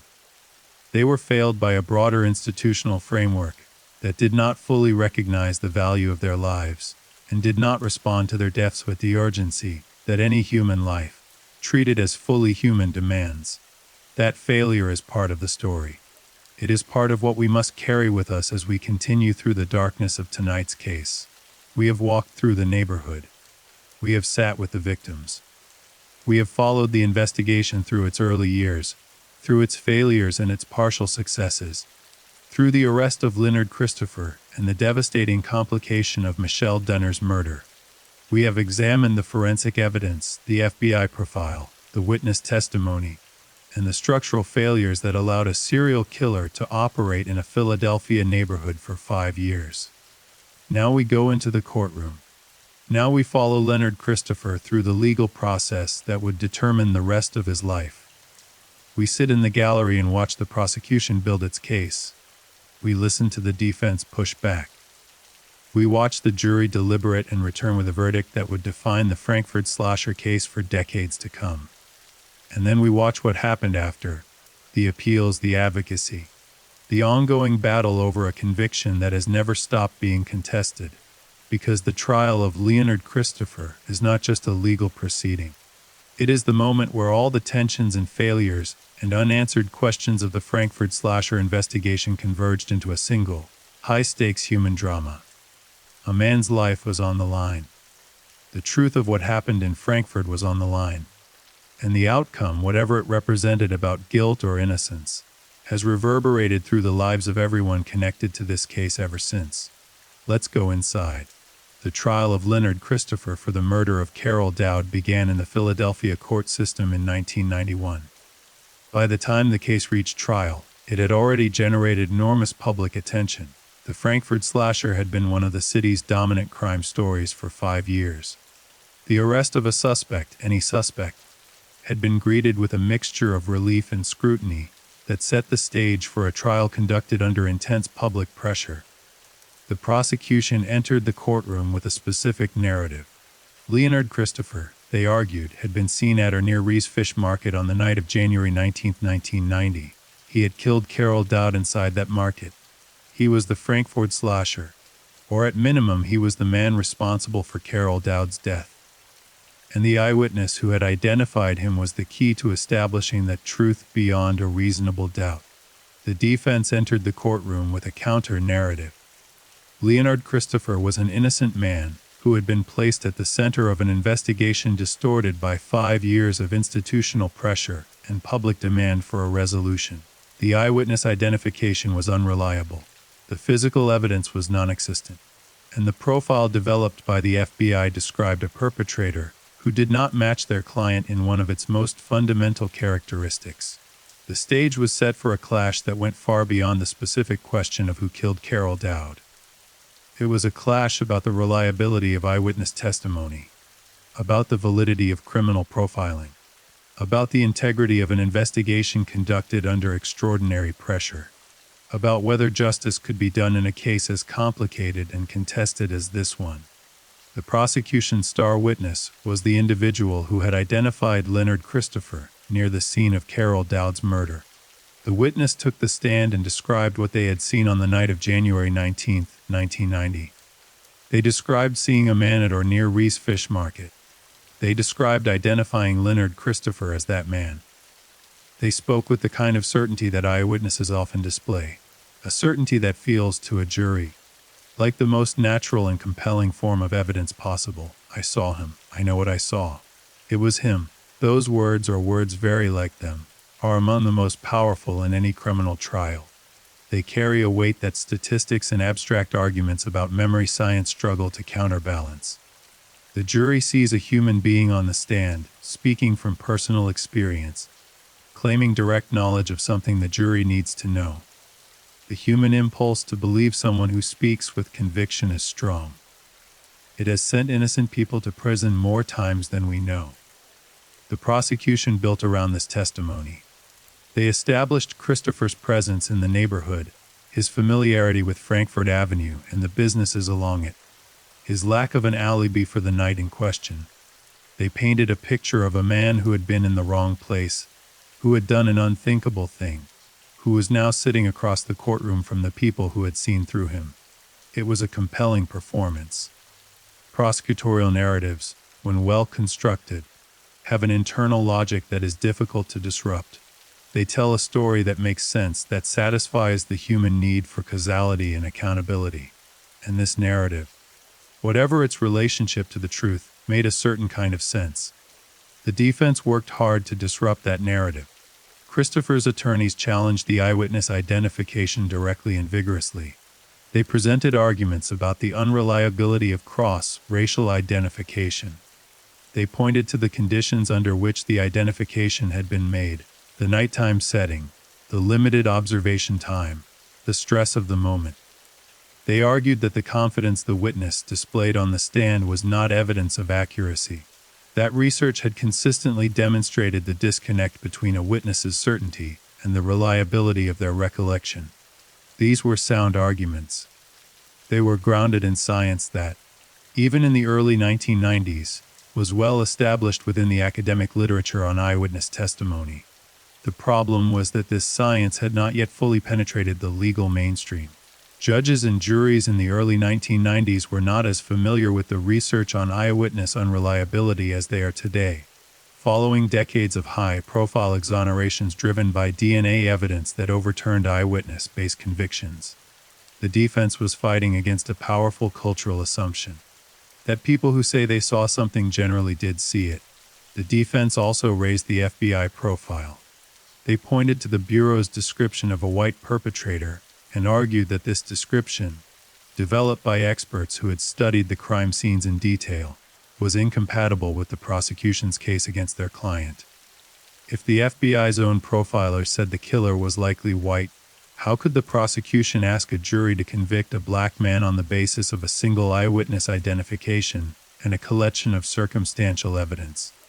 It was a powerful argument, but it ran into the same wall as the eyewitness challenge. The prosecution was able to argue, accurately, that profiles are not definitive, that exceptions exist, that statistics describe populations rather than individuals. The jury could accept both the profile's general validity and the specific conclusion that Leonard Christopher was the exception. Uncomfortable, perhaps, but legally possible. The prosecution also had to address the question of physical evidence, or rather the lack of it. There was no DNA linking Christopher to Carol Dowd's murder. No fingerprints at the scene. No murder weapon recovered with his prints on it. No physical trace in the forensic sense connecting him to the crime. This absence was not, in itself, exculpatory. The absence of physical evidence does not prove innocence. Killers leave varying amounts of forensic trace depending on the circumstances of the crime, the environment, and what they do afterward. A careful killer, as the Frankford slasher clearly was, might leave very little. But the absence of physical evidence, combined with the eyewitness identification as the prosecution's primary evidentiary pillar, meant that the case against Christopher rested on a foundation that was narrower than the prosecution's confident narrative suggested. Strip away the eyewitness testimony, and there is very little left.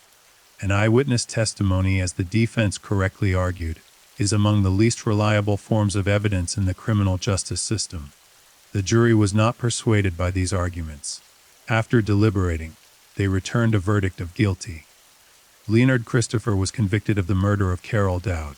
He was sentenced to life in prison. The prosecution declared justice done. The Philadelphia Police Department held a press conference. The newspapers ran headlines about the conviction of the Frankford slasher, and 9 months later, Michelle Denner was murdered. Michelle Denner's death is the fulcrum of the entire Frankford slasher case. It is the moment on which everything pivots, the moment that transforms a story about a serial killer being caught into something far more complicated and far more disturbing. Michelle was found in 1990, after Christopher's conviction. She had been stabbed multiple times. She had been sexually assaulted. She was found in the Frankfurt area, within the same geographic corridor that had claimed every previous victim. The crime scene bore every characteristic of the Frankfurt slasher's established pattern.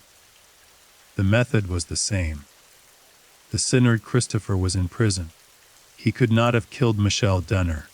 The Philadelphia Police Department's official response to Michelle Denner's murder was to suggest that it might not be connected to the slasher series. They pointed to the possibility of a copycat, someone who had followed the case closely enough to imitate the slasher's method. They argued that the Christopher conviction remained sound, that Carol Dowd's murder had been properly prosecuted, and that Michelle Denner's death did not necessarily undermine that prosecution. But the argument rang hollow. The similarities between Denner's murder and the established slasher pattern were too precise. The geographic location was too specific. The method was too consistent. The idea that a copycat had come along at exactly the right moment, in exactly the right neighborhood, and committed a crime that was virtually indistinguishable from the original series required a level of coincidence that stretched credulity well past the breaking point. Investigators who had worked the original slasher cases were, by most accounts, privately troubled. Some of them believed that Michelle Denner had been killed by the same person who had killed the other women. Some of them believed that the wrong man was in prison. But institutional momentum, the desire to protect a conviction that the department had publicly celebrated, and the absence of a clear alternative path forward all worked against a full, honest reassessment of the case. The aftermath of Michelle Denner's murder was a period of deep institutional discomfort for the Philadelphia Police Department and the district attorney's office. They were caught between two equally uncomfortable positions. Acknowledging that Denner's murder was connected to the slasher series meant acknowledging that the real slasher was still free, which meant the Christopher conviction was, at minimum, in serious doubt. Maintaining that Denner's murder was unconnected required explaining away similarities that the investigators themselves found difficult to dismiss. The public debate that followed was intense. Journalists who had been covering the case pressed the police department for explanations. Advocates for Leonard Christopher pointed to Denner's murder as evidence of his innocence. Community members in Frankford, who had experienced the entire arc of the case from the inside, were frightened and angry and demanding answers that no one seemed able to provide. The district attorney's office maintained the conviction. The police department maintained its position on the Denner case, and Leonard Christopher remained in prison, insisting on his innocence. while the questions surrounding his conviction continued to multiply. Let's talk about Leonard Christopher himself, because in the telling of this story, it is easy to let him become a symbol of wrongful conviction, or of institutional failure, or of the complicated injustice at the heart of the case. But Leonard Christopher is a person, a human being with a history and a life and an experience of these events that is unlike anyone else's. Christopher grew up in Philadelphia. He was a working-class man navigating a working-class life in a neighborhood that had been stripped of much of its accommodation during the years of his young adulthood. He had known hardship. He had made his way through the world with the particular combination of resilience and vulnerability that life in Frankfurt in the 1980s demanded. By his own account, and by the account of those who knew him, Leonard Christopher was not a violent man. He was not someone with a history of attacks on women. He was not someone who matched the behavioral profile that the FBI had developed for the Frankfurt slasher. He was a man who happened to live in the neighborhood, who happened to be known along Frankfurt Avenue, who happened, by the account of one eyewitness, to have been seen near Rees Fish Market on a specific night. That happened was enough to put him in prison for the rest of his life. If he is innocent, and the evidence that has accumulated since his conviction raises serious questions about whether he is, then the past 3 decades have been a particular kind of hell. The knowledge that you did not do what you have been convicted of. The daily experience of incarceration for a crime that was not yours. The watching of years pass, of life move forward on the outside, while you sit inside and wait for a justice that may never come. There is no adequate language for that experience. There is only the acknowledgement that it is real, and that it matters, and that if Leonard Christopher is innocent, the debt that the system owes him is one that no amount of legal remedy can fully repay. The appeals process in the Christopher case has been lengthy, complicated, and ultimately, to this point, unsuccessful in achieving his release. Christopher's attorneys have filed multiple appeals over the years, challenging various aspects of his conviction on various grounds. They have argued the unreliability of the eyewitness identification. They have raised the FBI profile. They have pointed to Michelle Denner's murder and what it implies about the actual identity of the Frankfurt slasher. The courts have, on multiple occasions, declined to overturn the conviction. The legal standards for overturning a jury verdict are high, deliberately, structurally high, because the system is built on the premise that jury decisions should be respected, and that appeals courts should be cautious about substituting their judgment for that of a properly instructed jury. Those standards serve important purposes, but they also mean that wrongful convictions, once established, are extremely difficult to undo. The DNA question hangs over the appeals process with particular weight. If biological evidence from the Carroll Dowd crime scene could be tested with modern techniques and produced a DNA profile that excluded Leonard Christopher, or more powerfully, that matched a known individual, it would transform the legal landscape around his conviction. It would give his attorneys the kind of concrete, irrefutable evidence that courts are most receptive to in wrongful conviction claims. Whether adequate biological evidence survives from the crime scene is uncertain. The conditions under which evidence was collected and preserved in 1990 were not always optimal, particularly for the long-term preservation of biological material suitable for DNA testing, and the public record does not clearly establish what testing, if any, has been attempted or what results, if any, have been obtained. This evidentiary limbo, the possibility of an answer that may or may not be accessible, is one of the most frustrating aspects of the Christopher case for those who have been fighting for his release. Let's step back from the legal proceedings for a moment and look at the broader picture of what the Christopher case represents within the larger landscape of wrongful convictions in America. The United States has, over the past several decades, accumulated a deeply uncomfortable body of evidence about the reliability of its criminal justice system. The Innocence Project, founded in 1992, has used DNA evidence to exonerate hundreds of people who were wrongfully convicted. The patterns that emerge from those exonerations are strikingly consistent. Eyewitness misidentification is the leading cause of wrongful conviction, present in the majority of cases where DNA has established innocence. Cross-racial identification is disproportionately represented. Cases involving severe institutional pressure to produce a conviction, pressure generated by high-profile crimes that have gone unsolved, appear with disturbing frequency. Leonard Christopher's case matches multiple elements of this pattern with uncomfortable precision. An eyewitness identification that bore the hallmarks of unreliability, a cross-racial identification, an investigation conducted under enormous public pressure after 5 years of failure, a conviction resting on a narrow evidentiary foundation. None of this proves that Christopher is innocent, but it places his case squarely within a category of cases that the American justice system has learned painfully, slowly, through decades of DNA-driven exonerations, to regard with heightened scrutiny. That heightened scrutiny has not produced a definitive outcome in Christopher's case. He remains in prison. The conviction stands, and the questions continue. Now let's turn to the question of who, if not Leonard Christopher, the Frankford slasher might have been. This is the part of the story where we have to navigate carefully between what is known and what is speculated, between legitimate investigative analysis and the kind of unsubstantiated accusation that can do real harm to real people.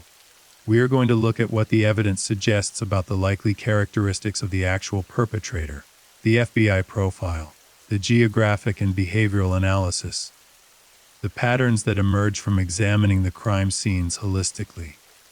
And we are going to look at the alternative theories that investigators and journalists have developed over the years. We are not going to name individuals who have not been charged, because naming someone as a murder suspect in the absence of charges, in a case as murky and contested as this one, is an act with consequences that the available evidence does not justify. What we can do is describe what the evidence tells us about the kind of person the slasher likely was, and then let that description speak for itself. The FBI profile, as we have established, described a white male between 5 and 50, deeply embedded in the Frankford neighborhood, comfortable in its social spaces, able to approach women without triggering alarm. Someone who blended into the landscape, someone ordinary. The behavioral analysis of the crime scenes adds additional detail. The slasher was someone who operated with confidence in his environment, someone who did not panic, who did not make obvious mistakes, who left the scenes without the kind of disorganized evidence trail that investigators typically find when a killer is impulsively or under emotional duress. An organized killer. In the language of criminal behavioral analysis, the geographic analysis tells us that he likely lived within a very short distance of the killing ground, probably within walking distance of Frankford Avenue. The concentration of the crimes in such a narrow area suggests that this was not just his hunting ground but his home territory, the place where he ate and drank and went about the daily business of his life. The victim selection tells us about his social world. He targeted women who frequented the bars and social spaces along Frankford Avenue. He was able to make contact with them, to engage with, move them toward isolated locations. He was someone they were willing to go with, willing, at least, not to flee from. Someone who presented himself initially as non-threatening. That social ease, the ability to interact with women without triggering their fear, to be seen as ordinary and safe right up until the moment he was not, is perhaps the most disturbing characteristic of the profile. It describes someone who had learned, or who naturally possessed, the ability to mask his violence behind a veneer of ordinariness. Someone whose neighbors, whose bar acquaintances, whose daily contacts had no idea what he was.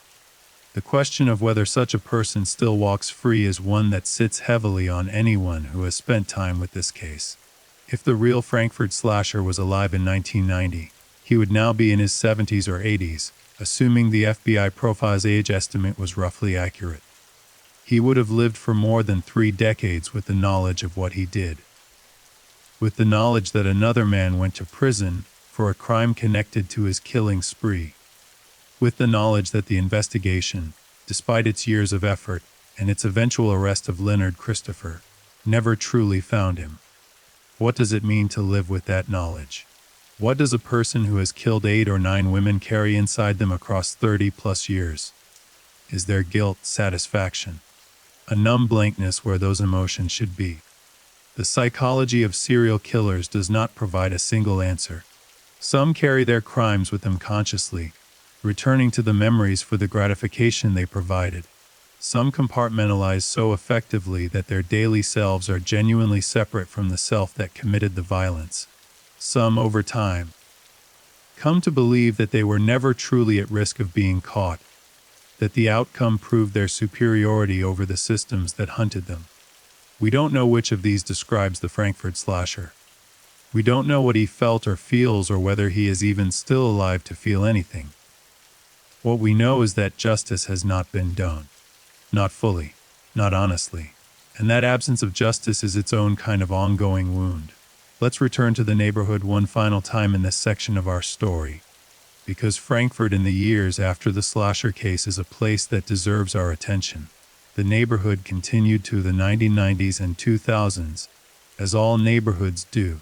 The crack epidemic that had devastated so many communities during the 1980s gradually gave way to new crises: the opioid epidemic, economic restructuring, the particular challenges of a post-industrial urban neighborhood trying to define its future in a changed economic landscape. Frankford remained a working-class community, resilient and complicated and deeply human in the ways that working-class communities are. The memory of the slasher years persisted. People who had lived through those years did not forget. Women who had changed their routes, who had walked in pairs, who had warned each other with that urgent, whispered caution of people who feel abandoned by official protection. Those women carried the experience with them. It became part of the neighborhood's collective memory, one of the stories that defined what Frankfurt had been through and what it had survived. The victims were remembered in the ways that victims of unsolved or inadequately resolved crimes tend to be remembered: imperfectly, incompletely, with a grief that has nowhere clean to go because there was never a definitive moment of justice and closure that would have given the grief a proper shape. Families visited graves. Anniversaries passed. The questions that had never been answered remained unanswered. For the families of the women who died, Helen Patton's people, Anna Carroll's people, Susan Ackerman's people, John Durkin's people, Catherine Jones's people, Joyce Watkins's daughter, Teresa Sartino's people, Carol Dowd's people, Michelle Denner's people, the passage of time has not resolved anything. It has simply made the unresolved questions older, more distant in calendar terms, but no less present in the emotional landscape of their lives. Joyce Watkins's daughter deserves a moment of particular attention here, because she represents something important about the generational reach of this case. She grew up without her mother. She grew up knowing that her mother had been murdered, knowing that the full truth of that murder had never been established, knowing that a question mark hung over the entire case that no legal proceeding had managed to resolve. That kind of childhood, shaped by loss and by the particular frustration of unanswered questions, leaves marks that last. Joyce's daughter is an adult now. She has lived her entire adult life in the shadow of what happened to her in 1987. Whatever joy she has found, whatever life she has built, exists alongside the persistent awareness that something was taken from her that was never properly accounted for. She is not alone. The families of all the Frankfurt slasher victims have lived with some version of that awareness, and their specific, personal, ongoing experience of unresolved loss is the human cost of institutional failure. It is what it looks like in the lived reality of actual families when a system does not do what it is supposed to do. The Carol Dowd family occupies a particularly complicated position within this story. Carol was murdered. A man was convicted of her murder. In one sense, her family has received more from the justice system than the families of the other victims. There was an arrest, a trial, a conviction, a sentence. There is a person sitting in prison who the state has declared responsible for Carol's death. But if Leonard Christopher is innocent, if the real Frankfurt slasher killed Carol Dowd, as he killed the other women and walked away while Christopher was convicted, then Carol's family has not received justice at all. They have received the appearance of justice, a legal fiction that names a perpetrator without necessarily identifying the true one. For a family grieving a murdered loved one, That distinction may feel abstract. The impulse to accept the justice the system has offered, to find some closure in the conviction, is understandable and deeply human. But the questions raised by Christopher's case, the eyewitness reliability issues, the FBI profile, Michelle Denner's murder, mean that even Carol's family cannot rest in full confidence that the truth has been established. That is its own form of cruelty, and it belongs along with everything else in any honest accounting of what the Frankford slasher case has done to the people connected to it. Let's talk about what journalism has contributed to our understanding of this case. Because the journalists who have covered the Frankford slasher story over the years, both at the time of the murders and in the decades since, have played an important role in keeping the questions alive and in building the public record that allows us to examine the case with the depth it deserves. The early coverage, as we have noted, was limited and shaped by the social biases of its era. The women who died were often described in ways that foregrounded their marginalization, their addiction, their sex work, rather than their humanity. That framing was a failure of the journalism of the period, a reflection of broader cultural attitudes that have, imperfectly and incompletely, begun to shift in the decades since. But as the case evolved, as the stakes became clearer, as the questions surrounding Leonard Christopher's conviction began to accumulate, the journalism improved. Investigative reporters dug into the evidence. They interviewed the investigators, the advocates, the family members. They examined the trial record. They asked the questions that the official narratives avoided. The result is a body of journalism that, while incomplete and occasionally contradictory, provides a foundation for understanding the case that would not exist without the reporters who committed time and energy to it. Their work matters. It is part of how cases like this stay alive in the public consciousness, how questions that institutions would prefer to bury are kept on the surface, where they can still be asked. There is something important to say at this point in our story about the nature of cold cases and what they demand from us. Cold cases are not just unsolved investigations. They are ongoing human situations. They involve real people, families, potential suspects, witnesses, wrongfully convicted individuals, whose lives continue to be shaped by events that the official record has not fully resolved. They involve communities that carry collective traumas that have never been properly processed, because the justice that would have enabled processing never arrived. Cold cases demand continued attention. They demand the willingness to sit with uncertainty, to keep asking questions, to resist the temptation to accept inadequate answers because they are the only answers available.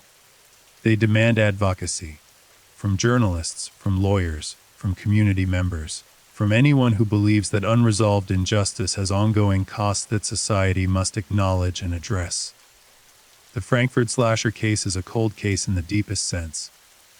Not just in the technical definition, a case that has gone period without resolution, but in the experiential sense. It is a case that has grown cold in the hearts of the institutions that should keep it warm. A case that has been, in important ways, set aside, filed, treated as resolved when it is anything but. Keeping it warm, keeping the questions alive, keeping the pressure on, keeping the humanity of the victims, and the injustice of the unresolved questions in front of the people who have the power to do something, is an act of moral importance. And that is part of what tonight is about. That is part of what sitting with this story, uncomfortable and unresolved as it is, accomplishes. As we prepare to move into the final sections of tonight's story, let's take stock of where we are. We have 9 women dead, 8 murders officially attributed to the Frankford slasher, and Michelle Denner's murder bearing all the hallmarks of his work. We have 1 man convicted, Leonard Christopher, convicted of Carol Dowd's murder, a conviction built on eyewitness testimony that has serious reliability questions and circumstantial evidence that has never been persuasively reinforced by physical evidence. We have an FBI profile describing a perpetrator who does not match Christopher's demographic characteristics. We have the murder of Michelle Denner, occurring while Christopher was in prison. That suggests powerfully, disturbingly, that the real slasher was never caught. And we have 30-plus years of unresolved questions. 30 years of families without full justice. 30 years of a neighborhood that survived something terrible and was never fully helped to understand or process what it survived. 30 years of a man sitting in prison, insisting he did not do what the state convicted him of, waiting for a justice that has not yet arrived. Understood. Here is Chunt 5 in approximately 400 words. We left off with 30 years of unanswered questions. 30 years of a neighborhood carrying a wound that never properly healed. 30 years of Leonard Christopher sitting in a prison cell insisting he did not kill Carol Dowd. 30 years of families waiting for a truth that the system has never fully delivered. Now we look at what happened in the years after the conviction. The efforts to re-examine the case. The advocates who refused to let the questions die. The investigators who kept pulling threads even when the official position was that the case was closed. Because the Frankford slasher case did not end with Leonard Christopher's conviction. Quietly, persistently. In the offices of defense attorneys, and the notebooks of journalists, and the conversations of community members who remembered those years, and could not make peace with how the story had been resolved. Leonard Christopher's legal team filed appeals. They argued the eyewitness identification. They raised the FBI profile. They pointed to Michelle Denner's murder, and demanded that the courts take seriously what it implied. The courts listened. And then the courts declined to overturn the conviction, applying the high legal standards that make wrongful convictions extraordinarily difficult to undo once a jury has spoken. Advocates outside the courtroom worked differently. They organized. They wrote. They spoke to journalists and community leaders and anyone who would listen. They kept the name Leonard Christopher in the public conversation. They kept the names of the victims in that conversation too. Because the fight for Christopher's potential innocence was never separate from the fight for the victim's justice. Both demands pointed in the same direction. Both demanded that the truth, whatever it was, be honestly pursued. The forensic question remained open. The biological evidence from the crime scenes, evidence that modern DNA technology might be able to speak to definitively, existed somewhere in the chain of custody of the Philadelphia justice system. Whether it had been preserved adequately, whether it had been tested, whether any testing had produced results that had been quietly filed away rather than publicly disclosed. These questions remained unanswered in the public record, and through all of it, the real Frankford slasher, if Leonard Christopher is not he, lived with what he knew. That is the most disturbing thought of all. We have walked the full length of this story tonight. We have stood on the streets of Frankford and felt the weight of what happened there. We have said the names of the women who Don Patent, Anna Carroll, Susan Ackerman, Jan Durkin, Catherine Jones, Joyce Watkins, Theresa Ciartino, Carol Dowd, Michelle Denner. We have sat with their lives, their humanity, their deaths, and the justice that was never fully delivered. We have followed the investigation through its years of failure and its controversial resolution. We have sat inside Leonard Christopher's trial and examined the evidence that convicted him and the evidence that raises serious questions about that conviction. We have asked the question that this case has always demanded: who was the Frankford slasher? And we have sat honestly with the answer. We don't fully know. That is the truth of this case. After 30 years, after 9 women dead, after 1 man convicted and imprisoned, after decades of appeals and advocacy in journalism and community grief, we do not fully know. And not fully knowing is its own form of injustice. It is the injustice that the victims' families live with every day. It is the injustice that Leonard Christopher lives with in his prison cell. It is the injustice that Frankford has carried in its collective memory since 1985. The Frankford slasher case is not over. It will not be over until the truth is established and justice, real justice, honest justice, is done. Until then, we remember, we say the names, we keep asking the questions, because that is the least we owe them. Thank you for listening tonight. If this case moved you, please leave a comment and subscribe. Good night, and stay safe.